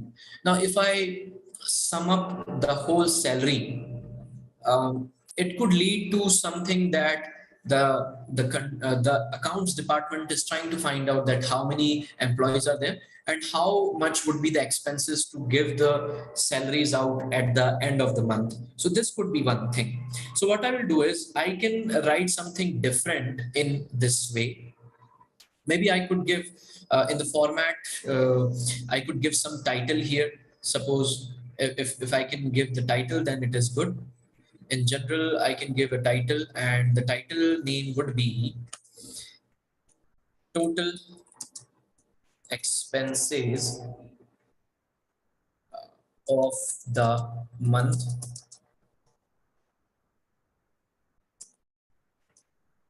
towards towards salaries, or giving the salaries out.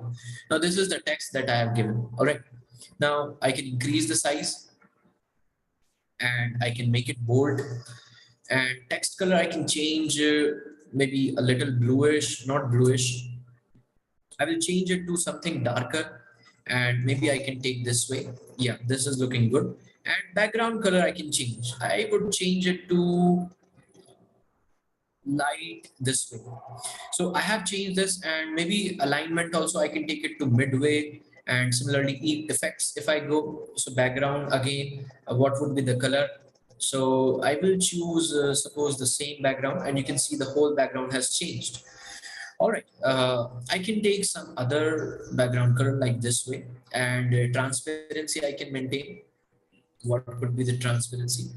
And similarly, visual border, I can click on visual borders. We can work on it. Rounded corners, if I want, how much rounded corner I want. So you can see that these things you can work on here. All right, rounded, we worked on rounded part. Now, after working on it, effects and visual border, we can give the border color also. Suppose I give the color as maybe darkish. So a new color has been come up. Shadow I can provide. So you can see the shadow has come up. Header icon, if I want, I can give, or not, I can remove it. Tooltips, alt text also could be there, and similarly enter a description. I could give a description. All right, now these all formats you can find it here. Call out value, and you have a category label, and similarly. Now what I will do is, this thing is all okay. All right, I will copy it and I will paste it here one more. All right, now you can see two things are coming up here. What I will do is, I will change something for here. I will change the title, and I will make the title off for now. Suppose I make it on, and here instead of this, I would write the average salary of employees. Now you ask a question to yourself. If I write average salary of employees, will it be okay? Yes or no?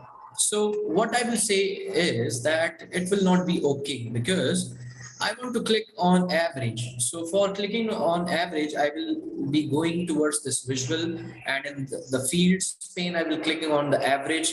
And once I click, and you will see that the average of salary is coming. It is around 6,000. And similarly, so one more thing is there. Suppose you are providing salaries to your employees. You have some currency, right? So now the currency also comes up, whether you have to give the currency or not. In this Power BI desktop also, you have currency provision also. So what we can do is, we can simply go to this data pane, and we will just think of from where we have taken this salary. We have taken it from employee details view. So we will go to the data, and here we will go to employee details view, and you can see that salary is coming up here. Where is it? Yeah, it is here. I will just simply click the column, and you can see all the different options are coming, different, exploring formats, or different categories you can see on the top.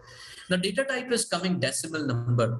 All right, so maybe I can change it to whole number if I want. If you don't want a decimal, if I click on to the whole number, it is okay. Do you want to continue? Yes, I want to continue. I have changed it to the whole number. And here you can see this dollar sign. All right, now if I click on this dollar sign, you will see that common currency symbols. So we have United States dollar, we have pound, we have euro, we have Chinese PRC, and similarly we have for Ethiopia, for Nambia, for South Africa, for Ghana, and similarly. Maybe for India, we would be having, we can just check. I would click and we'll just have a look whether for India we are having or not. Okay, I just saw RS something. Maybe it could be for India. No, RS for French. Okay. Yeah, for Nepali, India. For India, it is showing, but it is showing Nepali. So maybe this could also work, and I will just click on it here. And once I click, you can see that salary would be having something like this, 4,413,000. And the moment I will go to the report section, you can see how beautifully it has been changed. Total expenses of the month towards salary is it is around 6,84,000, I guess. And for the average of the salary of a specific employee, average salary of an employee, I should write. So I will go again to the format and I will change the title to average salary, SALARY, of an employee. All right, now this is good. Average salary of an employee we have taken up. Now these all things are leading towards a dashboard that we can create further. All right. Now the same thing I would write it here. Numerical data that we will be seeing. In bracket, I could write salary. All right, we are more focused on to the salary, and so numerical data of salary we have taken in this page. Now we move to the next page, and now you can see we have multiple visuals that we can create it here, and similarly we will be working on it.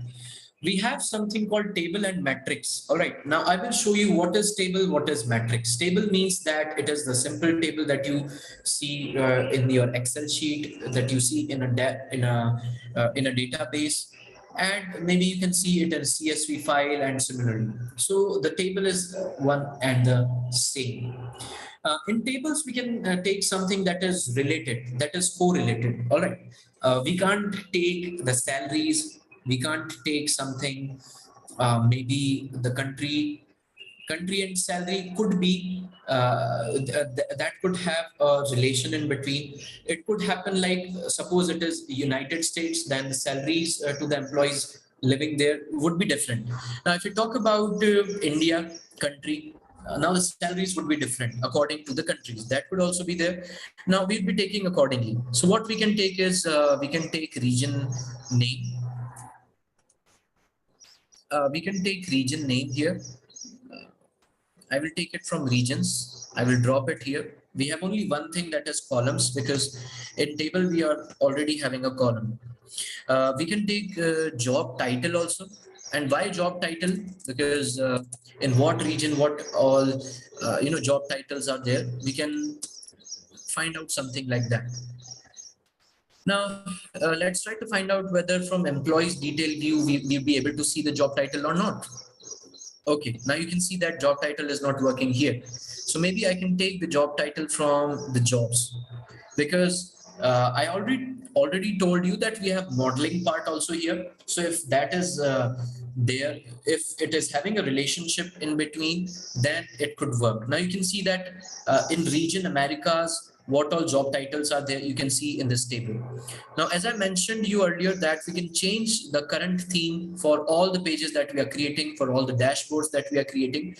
At one time only, I will go to the view option. I will go to the customize current theme, and I will change the text, and I will increase the size to 18, suppose. And font color also I could change. Suppose I will change it to something like this. Let's try it out. Apply. Okay. All right. So font color didn't came up, but the size, you can see it has been increased. Now you can see that some repetition is coming. All right. Now why this repetition is there?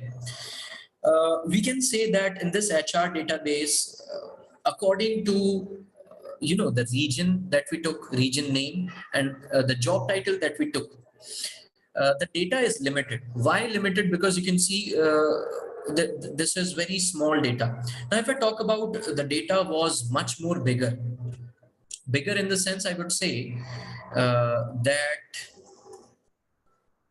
bigger in the sense, I would say that it has multiple, we need to scroll it to the last and it is taking much more time for scrolling. Now, for that, what we could do is, let me just show you one thing. And yes, so what I will do is I will click this visual, and while clicking this visual, I will move towards the matrix part. Once I move to the matrix part, you can see that matrix means what? First, I will explain you that matrix means in small area we are covering a huge amount of information. In small area we are covering huge information, that is matrix. So similarly, you can see that here it has been covered, but you can see that somehow it is not that much, I would say, similar to. In rows, we can also change it. Job title, maybe I could take to the column, and I can take the region name to the columns. So if I change it, interchange it, nothing has been happened. Nothing happened. Okay, no worries. So maybe this will not work in matrix. It's okay, but it is surely working here. According to the region, we are able to find the job titles, right? So I will take the region to the top. Yeah. Now, accordingly, we can also find out what is the maximum salary, what is the minimum salary in that specific region, if we want to find out. Now, we already have these things, these columns with us. All right. Now, if I click on max, and if I click max salary, that would be coming here. Also, if I click on minimum, that would be coming here. I took all these options, and now you can see that I can expand it. And once I expand, now you can see that already, because it is a table, it is showing that the total of the maximum salary and the total of the minimum salary. All right. So in this way, you can also find that in which region, in what job title, what is the maximum salary, what is the minimum salary. This is all related to, I would say, we are more focused on the region. According to the region, we are finding that what kind of job title an employee gets, what kind of maximum salary or the minimum salary or the average salary that specific employee gets for that specific, for working in that specific region. This is how things are working here. All right. Now, once again, I will just click on matrix, and I will just be finding that whether it is being, simplified or not. You can see that it has been simplified, because you can see that data is being looking very much less. If I click to the table, you can see that the data is way much bigger, and you can see that I need to scroll it up and down. But once I go towards the matrix part, you can see that I could scroll it sideways, and I could see all these things. All right. So this is about matrix and table that we saw till now. And you might be able to understand what I am exactly about to explain for this table and matrix. So this is about table and matrix. I could write it here that table and matrix. All right. Now I will go to the next page. In table also, we have something called, I will also go into the format part. And once I click this, we have conditional formatting. Okay. Now you can see that we can set some, suppose region name. I go to the region name. We have an option here that is conditional formatting that you can find. In conditional formatting, we have background color, we have font color, we have icons, and we have web URL. From web URL, also we can find different ways. Now, I will tell you exactly what conditional formatting is about. Background color, suppose I click for region name. All right. Now, format style, gradient apply to values only, minimum, lowest value, and maximum. So background color would work to the numerical format. I will again click to the conditional formatting. I will go to the font color. I can go font color. In font color, you can see that at a middle color, what field should we base this on? Count of region name or zero apply to. Okay, I will take something else again and I can simultaneously. So yes, summarization count, format style rules, values, count of region, icon layout left to right. Suppose if I click on OK, now you can see that for Americas it is showing different, and for Europe also it is showing similar way. Now this would be having some reason. I will simply go to the maximum salary, and in maximum salary I would go to the conditional formatting, and I will click to the background font color, suppose. Now font color lowest value would be having this, highest value would be this. I will click on OK. Now you will see that accordingly things are happening. Now you might also be able to see that how things are working. In maximum salary, we know that these all salaries are the maximum according to the regions. If I talk about in America, the maximum is, you can see that it is 40,000. All right, and that is for the president job title. In Americas, the minimum salary also I will show you, and for that minimum salary, I will take in conditional formatting background color. In background color, I will just click on OK, and you will see that things are working like this way. Now, one thing you will find that in Americas only, in America region, if I talk about, it is the president's job title that is having the maximum salary, and it is the president's job title only that is having the minimum salary also. Now, how? I will show you that. It is quite simple if you understand, because if you compare these colors, all right, some color is very much light that you can see here 9,000. Maybe you are not able to see that. Some color are little bit darker. This one is the darkest you can find. 40,000 is the darkest. Because this is darkest, this means that this is the highest. All right. Now, if I talk about minimum salary, you can see that many are the lightest. These are lightest.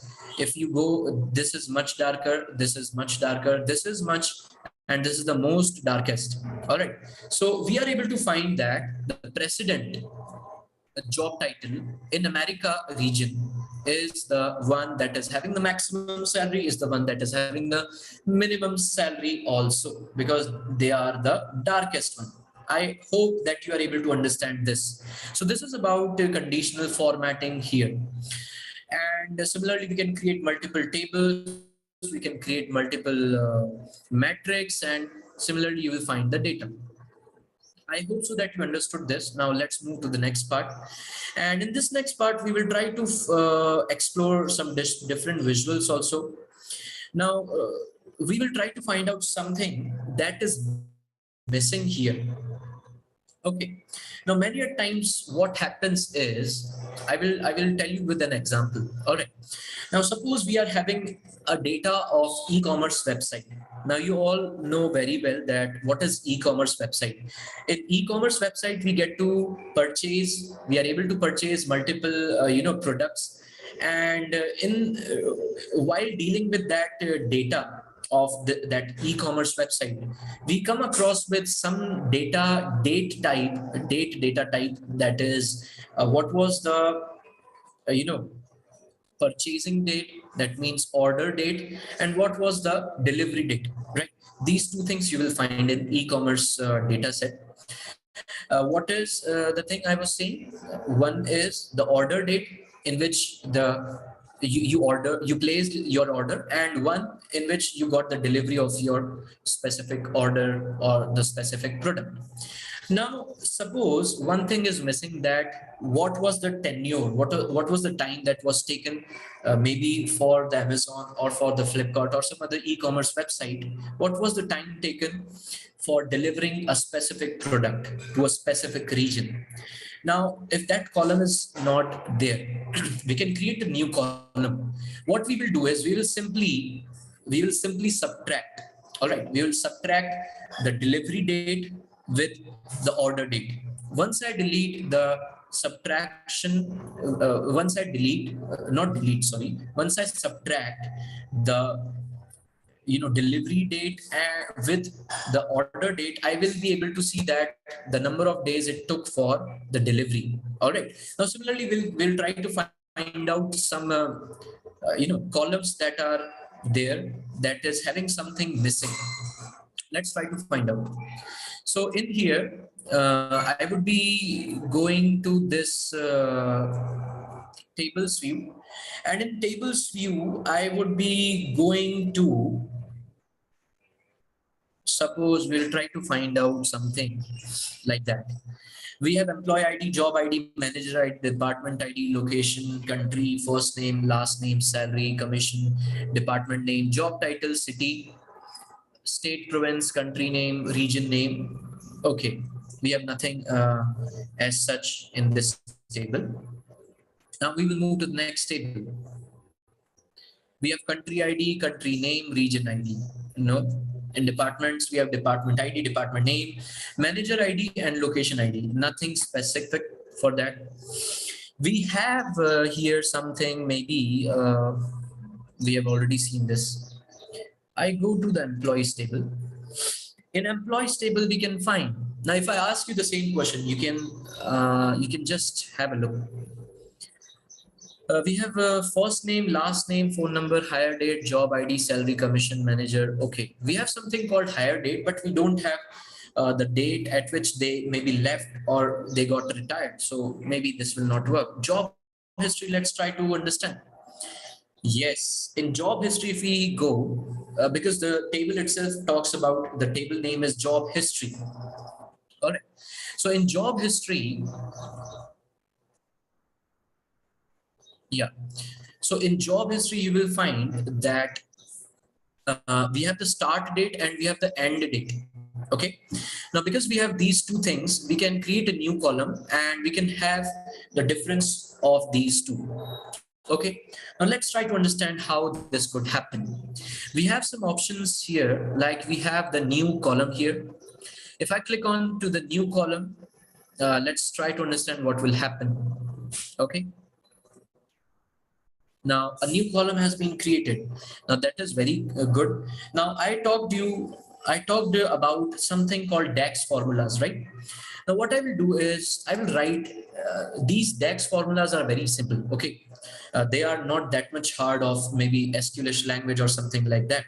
Now what I will write, I can give the column name as duration, right? Because if we are trying to find out what for how many days that specific employee was there in the company, how many days or how many years, how many months that specific employee devoted to the company, so we can write the column name as duration, and duration is equal to, I will write that the first and foremost thing is applying the parenthesis, that is the round brackets. In round brackets, what I will do is I will write the table name, that is HR. I guess it is. Let me just find it again. It was start date and end date, right? So it is HR job history. So I will take HR job history, and from that I will take the end date. What we will do is we'll take the end date first. We will minus again. What we will minus? HR history start date. That much simple it is. And if I click on enter, you will see that the new column is having that specific details about that part.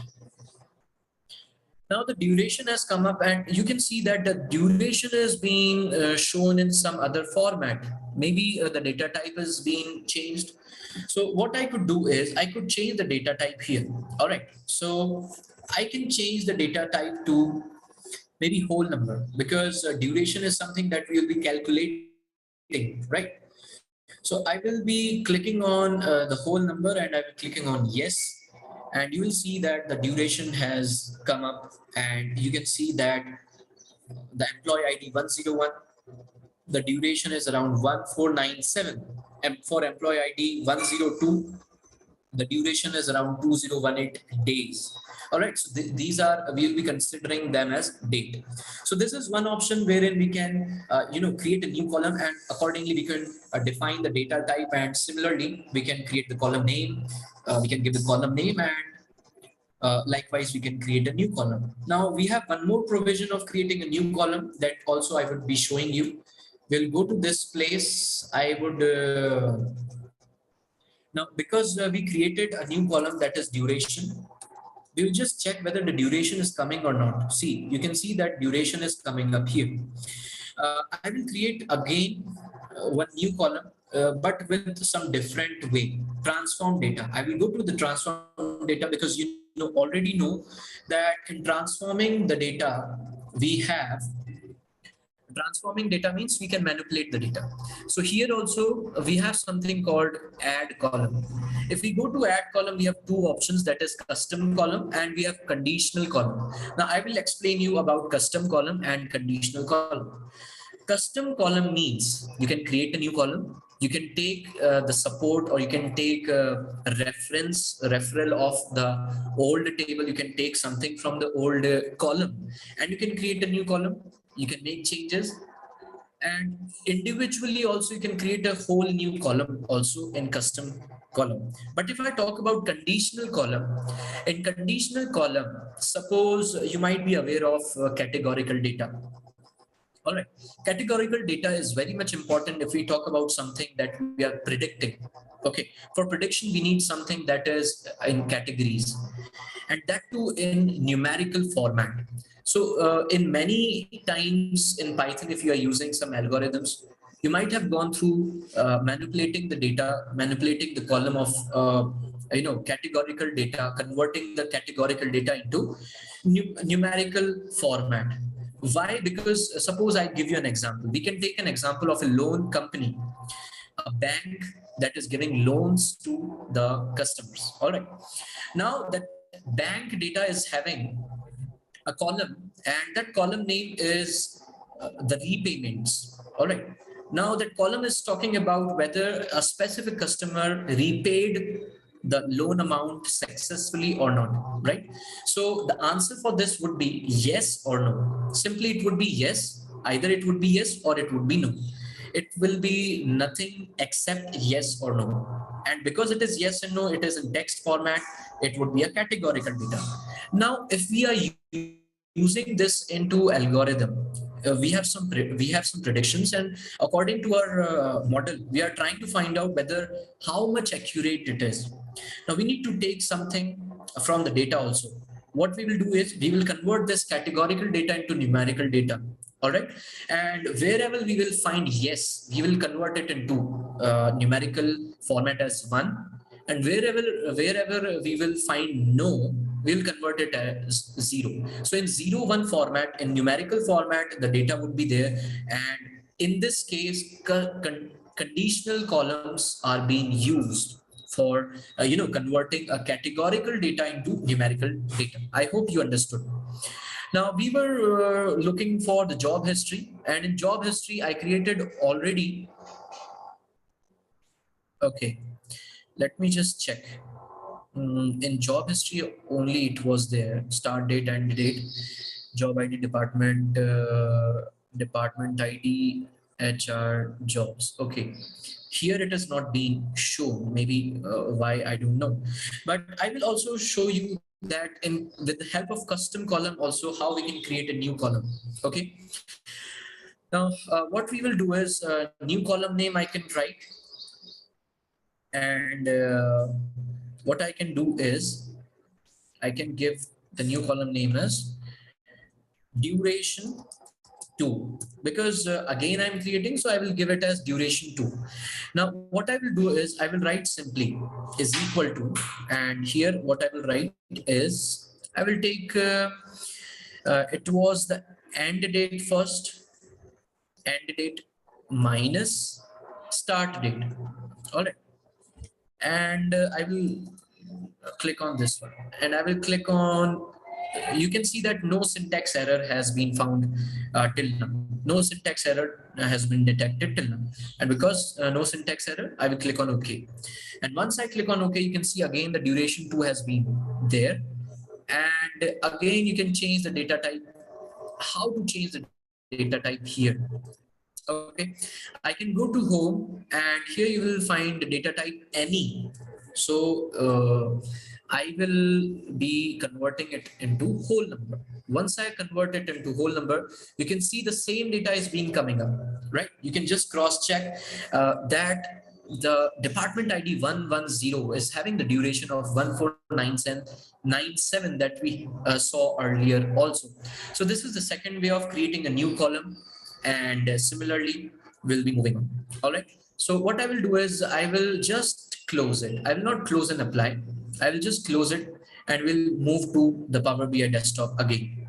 All right, now in this Power BI desktop, what I was talking about, we need to find what was the duration, right? So one thing that we already found is the duration.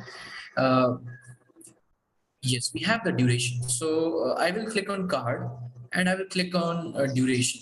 So it will show the duration is 12,000, but maybe it is not making sense because it is the sum of duration. What I will do is the count of duration maybe, or maybe the average of duration. Now it will show me that what was the average duration of an employee that specific employee or the employees were there in the company.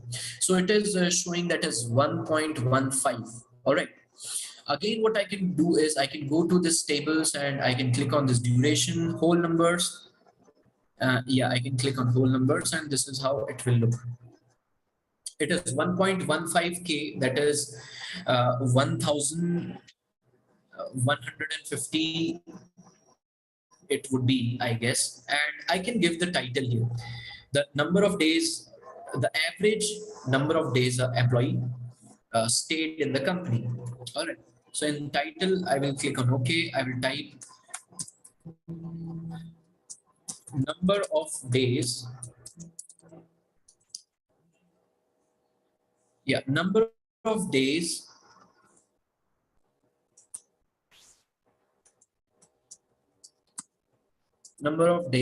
an employee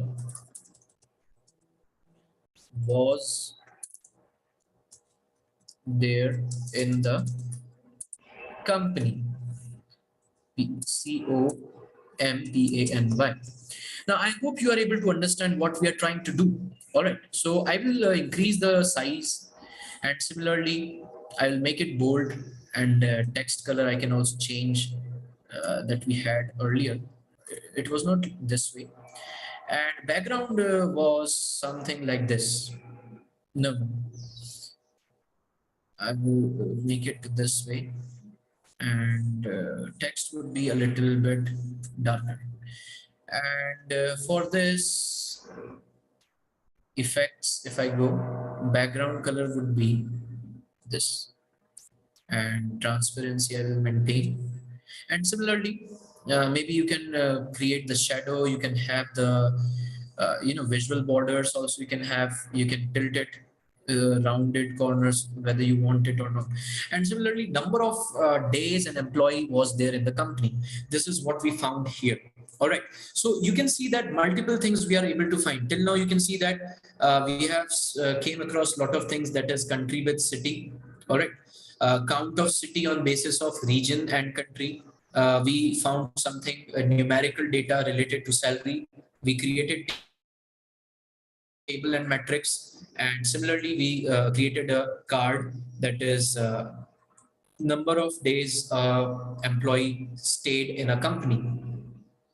Now, this is how things work. Now, what we will do is we'll move to the next part. Now, we have came across many things. Now we will move to the line chart. Okay. Now here only I will create a line chart. Yeah. Here only I will create a line chart. We have a line chart here, and I will take it here. I will resize it. And here, now let's talk about this is one way of taking a line chart. Now another way also I will show you.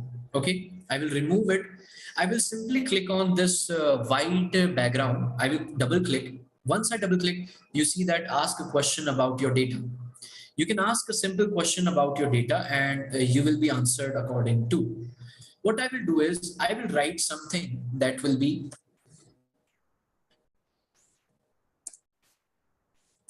salary by suppose region. In what region, what salaries are coming. Uh, Average, I can write average salary by region. Okay. Now, once I click here, average salary by region, you can see that a visual is coming up that is showing that in America, what is the average salary? The average salary is around 5,191, and in Europe it is around 8,900. In Europe it is greater than America. All right, so this is what we found. What I can do is I will copy it. Okay,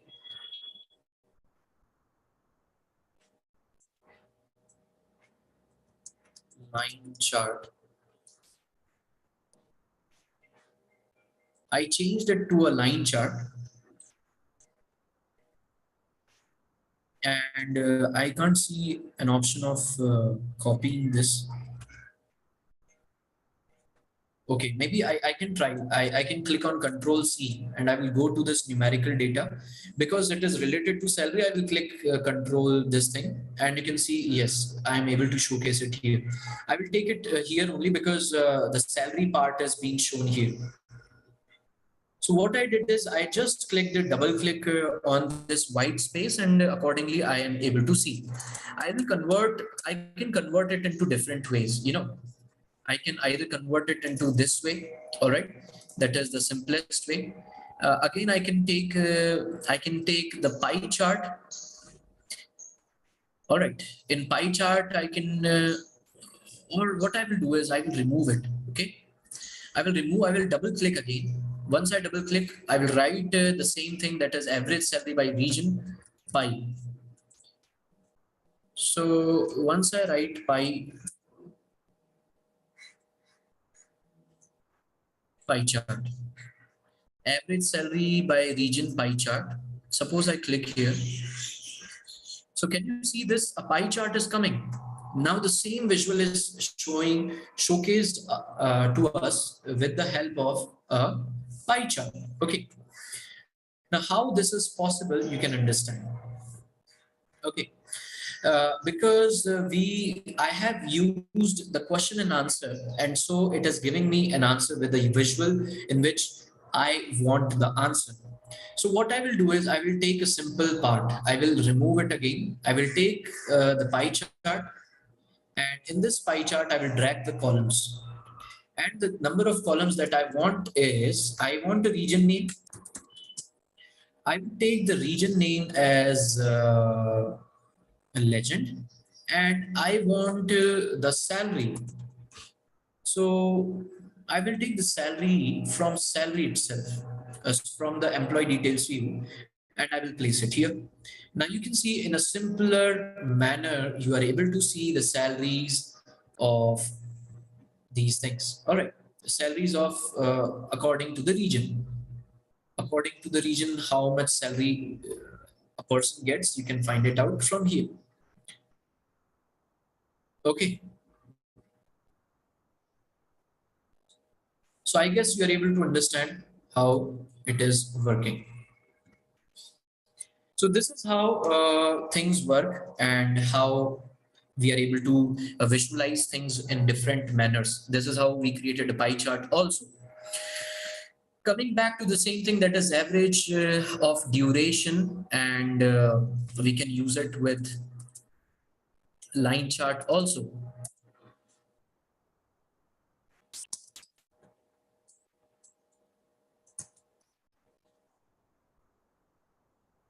I used line chart only, right? Average salary by region, but it is showing. Okay, I will take a line chart, and in line chart, if you are aware, we need something that is.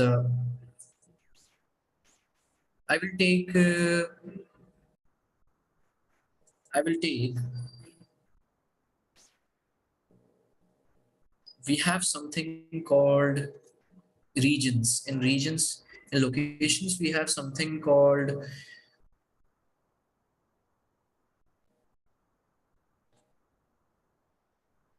Let me click on it. It is taking time. Hmm. So we have state province. All right. So on x-axis, according to the state province, we will try to find out what is the maximum salary, what is the minimum salary out there. All right. So if I click and if I take the salaries here, you can see the same salary is coming to all of them. Maybe I can do is the maximum of salary, and now the graph is going upward. Okay, so maybe this will not work. What I will do is I will take the minimum and maximum that is already there on y-axis. Okay, so still it is not working. So what we will do is we need to find out something else for this line chart. Okay, in line chart, what we can do is I will show you. I can find out the salary of each employee. Okay, now how I can find out is we will just what we will do is on x-axis we will take first name. First name means the employee name. Okay, so I'm taking on x-axis as a first name, and according to the first name, what I will do is I will take the salary also. I will take the salary to the y-axis, and accordingly you can see a line chart that is coming up according to the names. Okay, now you might be seeing that there are plenty of names that are coming up. Okay, plenty of names. Now what to do, right? What to do? So what I can do is Uh, yes, you can see that for Stephen, it is 26,200. It is the highest. All right. And similarly, if you see John, it is the second lowest. And if I talk about the lowest one would be Lindsay, that is around 8,000 is she is getting. All right. Now, what I will do is I will take some variations. I want the top 10 employees that are having the highest salary. Okay. Now we will move towards something called filters. I will click on this pane. Once I click on this pane, let's try to find out what all things we can find out. Okay. Now here you can see that salary is coming, and according to the to the salary, okay, what we can do is add data fields, and maybe first name we will check first 10 names. Okay, I want first 10 names. So show items top 10, and here I will take first name only. Okay, you need to look it carefully because maybe you are not you won't be able to understand it in one go only. So that's why I'm saying that you need to look carefully. So now you can see that I have sorted the data and I have taken out top 10 employees that are having the highest salary, and similarly you can see now what variation I can bring is I can also find out in which region that specific employee is residing, right? So what I will do is I will just click on region, and accordingly we have something called second y-axis also. So I will take not countries, I will take region name, suppose, and I will take it to the second y-axis. Now you can see that count is being shown, count of region name. Count of region name, salary 9,600.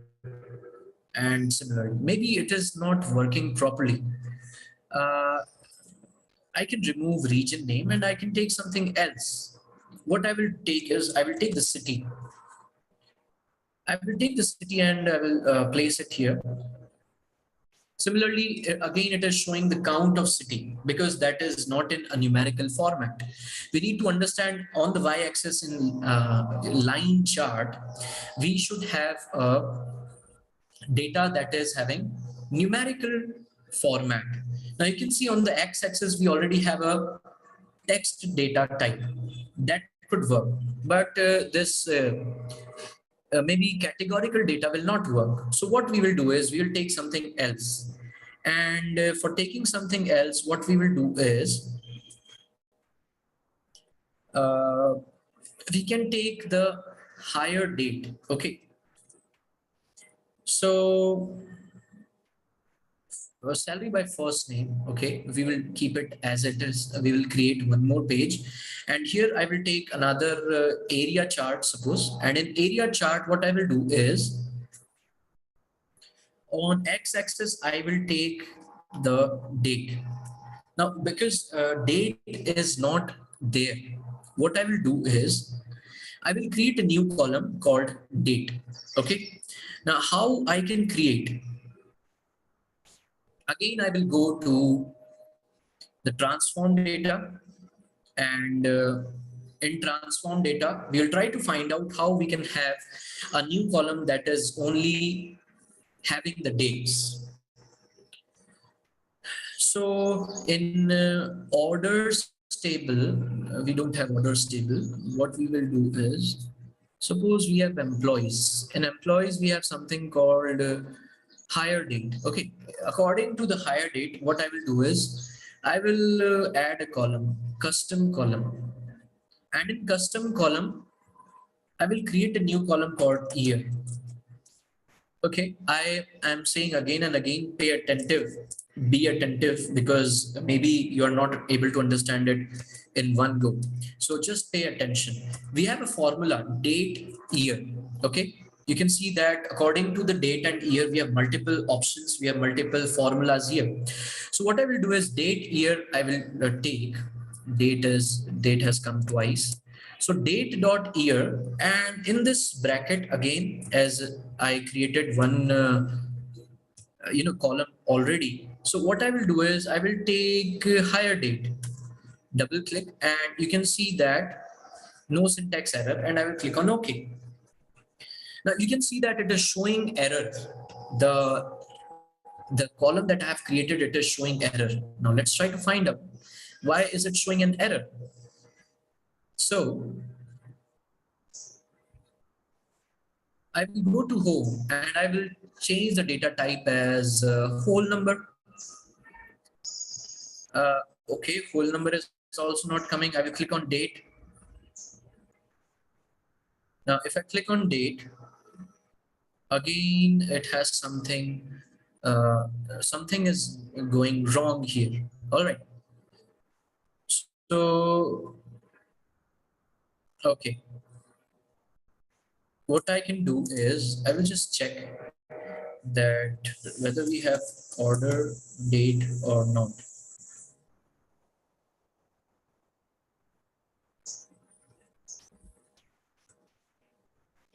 Okay, we don't have it.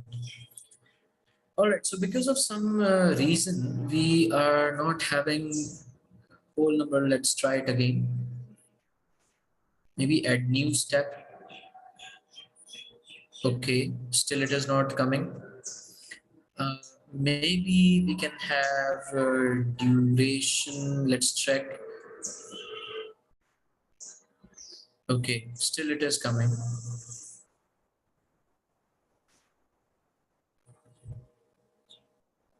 Okay, I will remove it.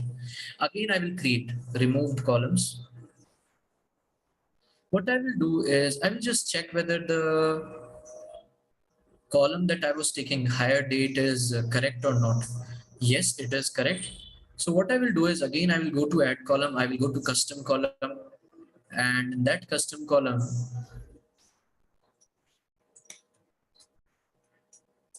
date, or I could write year.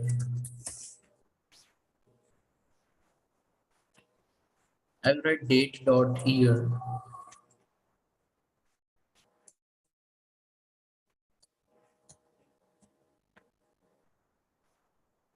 And I will write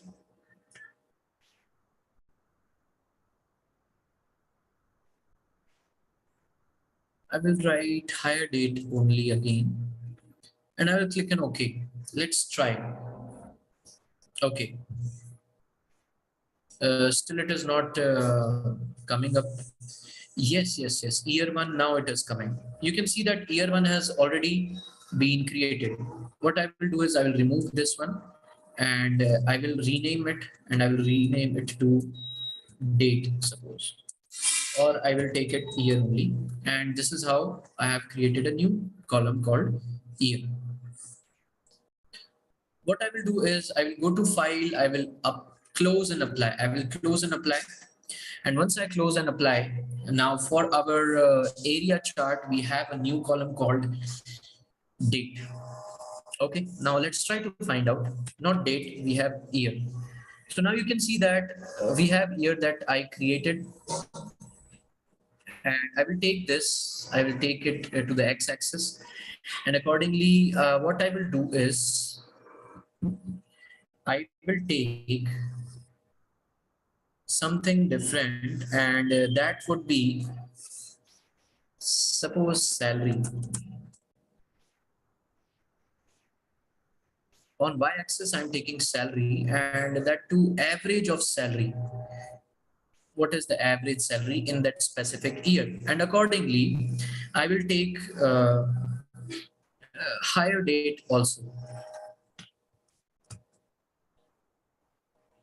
Higher date. And on secondary y-axis, I'm taking it.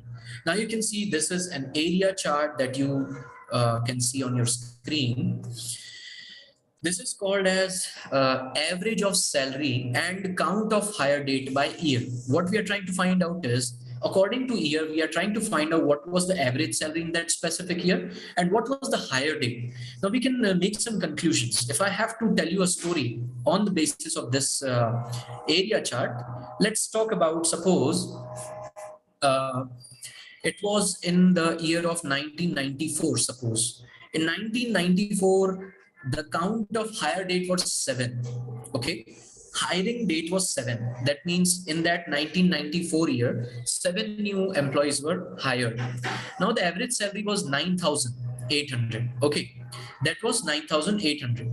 Now, if I talk about some other year, if I talk about 1990, the average salary is 9,000. That is a little less of what we saw in the previous year.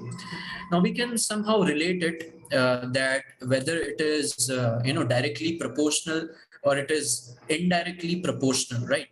How? Because it might happen that if the average of salary is high, maybe the hiring date could be high also, because if the company is providing high average salary, then they would be also inducting much more employees in the company. So this could be maybe it could be having some correlations. So this is how line chart also we saw, and also we saw the area chart, and this is how the different visuals we have created. Now we will be moving towards the end part, and for the end part, what we will do is we will summarize all these things. We'll copy paste it to the new page. We will create it, and I will give the name as dashboard, the final dashboard. Okay. Now I will just go through all these pages. I will go to this page. I will select it. I will copy it, copy visual, and what I can do is I will click on control, and I will copy it. I have clicked on control. Now let's try to have a look, and I will copy these two, and I will go to that dashboard, and I will click control V. Now let's check whether two visuals are coming or not. Okay. Only one visual has come up. It's okay. What we will do is we will summarize this one. So I've taken regions accordingly. Now, because we have multiple visuals, so maybe it would be difficult for me to adjust it. But still, let's try. And you can see, I will remove all these things. Okay, now these different visuals you can see here. All right. I will reduce them because we need to settle many multiple visuals now. Okay. Now this has done numerical data. If I take these and I will copy and I will move it to the dashboard. Control V, and now you can see that all these visuals are here on your screen. Okay, so maybe I can settle this like this way. Yeah, and I will be checking this also. I can take it here. You can understand that because I have changed the text size to the highest, and so it has been a little difficult for me to adjust all these things, right? So maybe I can, now this would be good. Now I will go back, tables. I can take this table also. I can take this line chart. I can take this area chart and dashboard, and I will paste it here. Okay.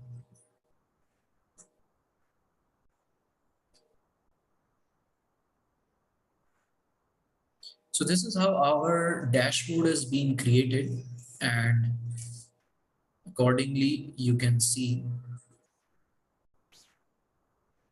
I will just adjust it because adjusting takes a lot of time. Okay, I will go to the view. I will go to the customize current theme, and I will reduce the text size. I will reduce it to suppose 12. All right, and I will apply it, and let's see what changes can we find. Right. Yeah. So all the text sizes has been it has been reduced.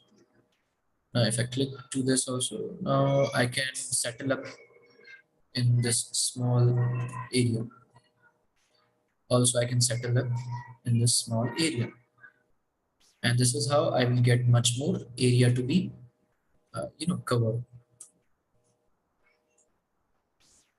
Now, the last part that I will show you is I will take a table also here. Okay, I will take a slicer. Suppose I'll take a slicer. No, I will. Yeah. Remember one thing that once you're clicking on something, previously you should not click one visual, otherwise it will be changed. Okay. Now in this slicer, I will take date. I will take year. Because we are talking about interactive dashboard, we need something like year. Okay. Now you can see that year has come up, and in this year also we can slicer settings, we can go oriental, we can go to horizontal, and going to horizontal you can see that these buttons are coming up. Okay, I will adjust it somewhere here so that we can make it interactive. All right, and now the slicer has come up here. And according to the slicer, we will be seeing the changes. Now, you might have seen that many people say that it is an interactive dashboard. Tableau provides an interactive dashboard. Power BI provides an interactive dashboard. So now I will show you why we call it as like that way. So in 1987, if I click on 1987, you can see according to the 1987, all the visuals will get changed. Okay. In 1989, accordingly, all the visuals will change. According to 1990, the visuals will change. So there is something that other visuals are not getting changed. Maybe I have taken here from some different manner. This could be one reason. All right, so I will show you like this way. Suppose if I click here, so accordingly, you can see that these things are also getting changed. The salary is 321. If I talk only about Europe, the salary is 321,000 around. Average is 8,000. And if I click on America, now the salary is 363 kind of thing. So what I need to say is that slicer is not working right now because I need to check that why it is not working, because we have taken multiple tables, we have taken a whole database, and accordingly we are doing. So maybe because of some relations, this slicer is not working. Otherwise, if I click on 1990, all the visuals will get changed and it will be going towards the 1990s and it will be showing the data of that specific year. All right. Yeah, now maybe it is taking much more time. It could be like it will take much more time and accordingly you will be able to see. All right, so yeah, it is coming up. So now I will just show you what else could we do. All right, so we transformed the data, and the third step is that you can start visualizing the data that we did already, and this is how we completed it. Now I will just show you one more last thing. I can write the plain wallpaper plain wallpaper. I can go to images and I can select a specific wallpaper that I need for my dashboard. All right, so what I will do is this one would be good. What I will do is I need it in this way. I will copy image, and either I can save it, save image as. I can copy the URL also, but let it be. I will paste it here, and I will click on OK. Now it got downloaded. Now we will go back and we'll go to the Power BI desktop. And here, what we will do is, now I will go and I will click on wallpaper. You can see I have not selected any of the visuals, and because I have not selected any of the visuals, I can see this wallpaper here. Now image, I will click on browse, and once I click, you can see that black, blue, gradient, line, linear is here. Once I click on it, you can see that accordingly the things have been changed, right? So to make it more attractive, I will quickly do some more changes, and that changes would be detail, labels, rotation. That would be properties. If I go position, title, effects. If I go in effect, background transparency, I will do. Yeah, you can see that I'm maintaining a transparency. And because if I do like this way, so again, I need to change the text color. So just for showing one example, I'm showing you how we can transparently do these things. All right. Or maybe I can change the background color. Properties and not position, and title effects. Effects, if I go background color, I will change it to lighter blue, this way. All right, so maybe what we will do is, you might be now understanding how we can create it much more interactive. The dashboard that we are creating, how it could be much more interactive, how it could be much more appealing, right? So for this we need much more time, and now we can see that time is already there, and so we need to stop it here. I hope that you understood how we came across all these steps. That is, in Power BI we came across one of the business intelligence tool, wherein we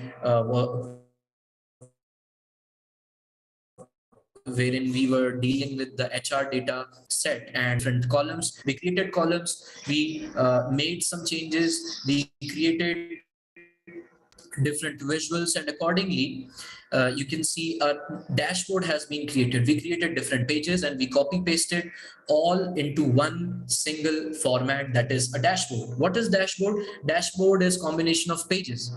That means multiple visuals are there in a single platform, that is called a dashboard.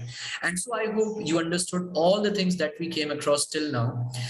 With such information, with the same uh, the delivery of the content, if you want, you can also subscribe our YouTube channel. You can also contact us for offline and online batches if you want to if you want to learn more about business intelligence tools, or you want to learn more about programming languages like R programming, Python. You want to learn about databases, you want to learn about big data. If you want to learn about data science, you can also contact us. We are having offline batches also started, and we are having ongoing online batches also. So stay tuned. Thank you for watching, and we'll be coming up again with such more content. I hope that you understood. That's it. Thank you. Bye.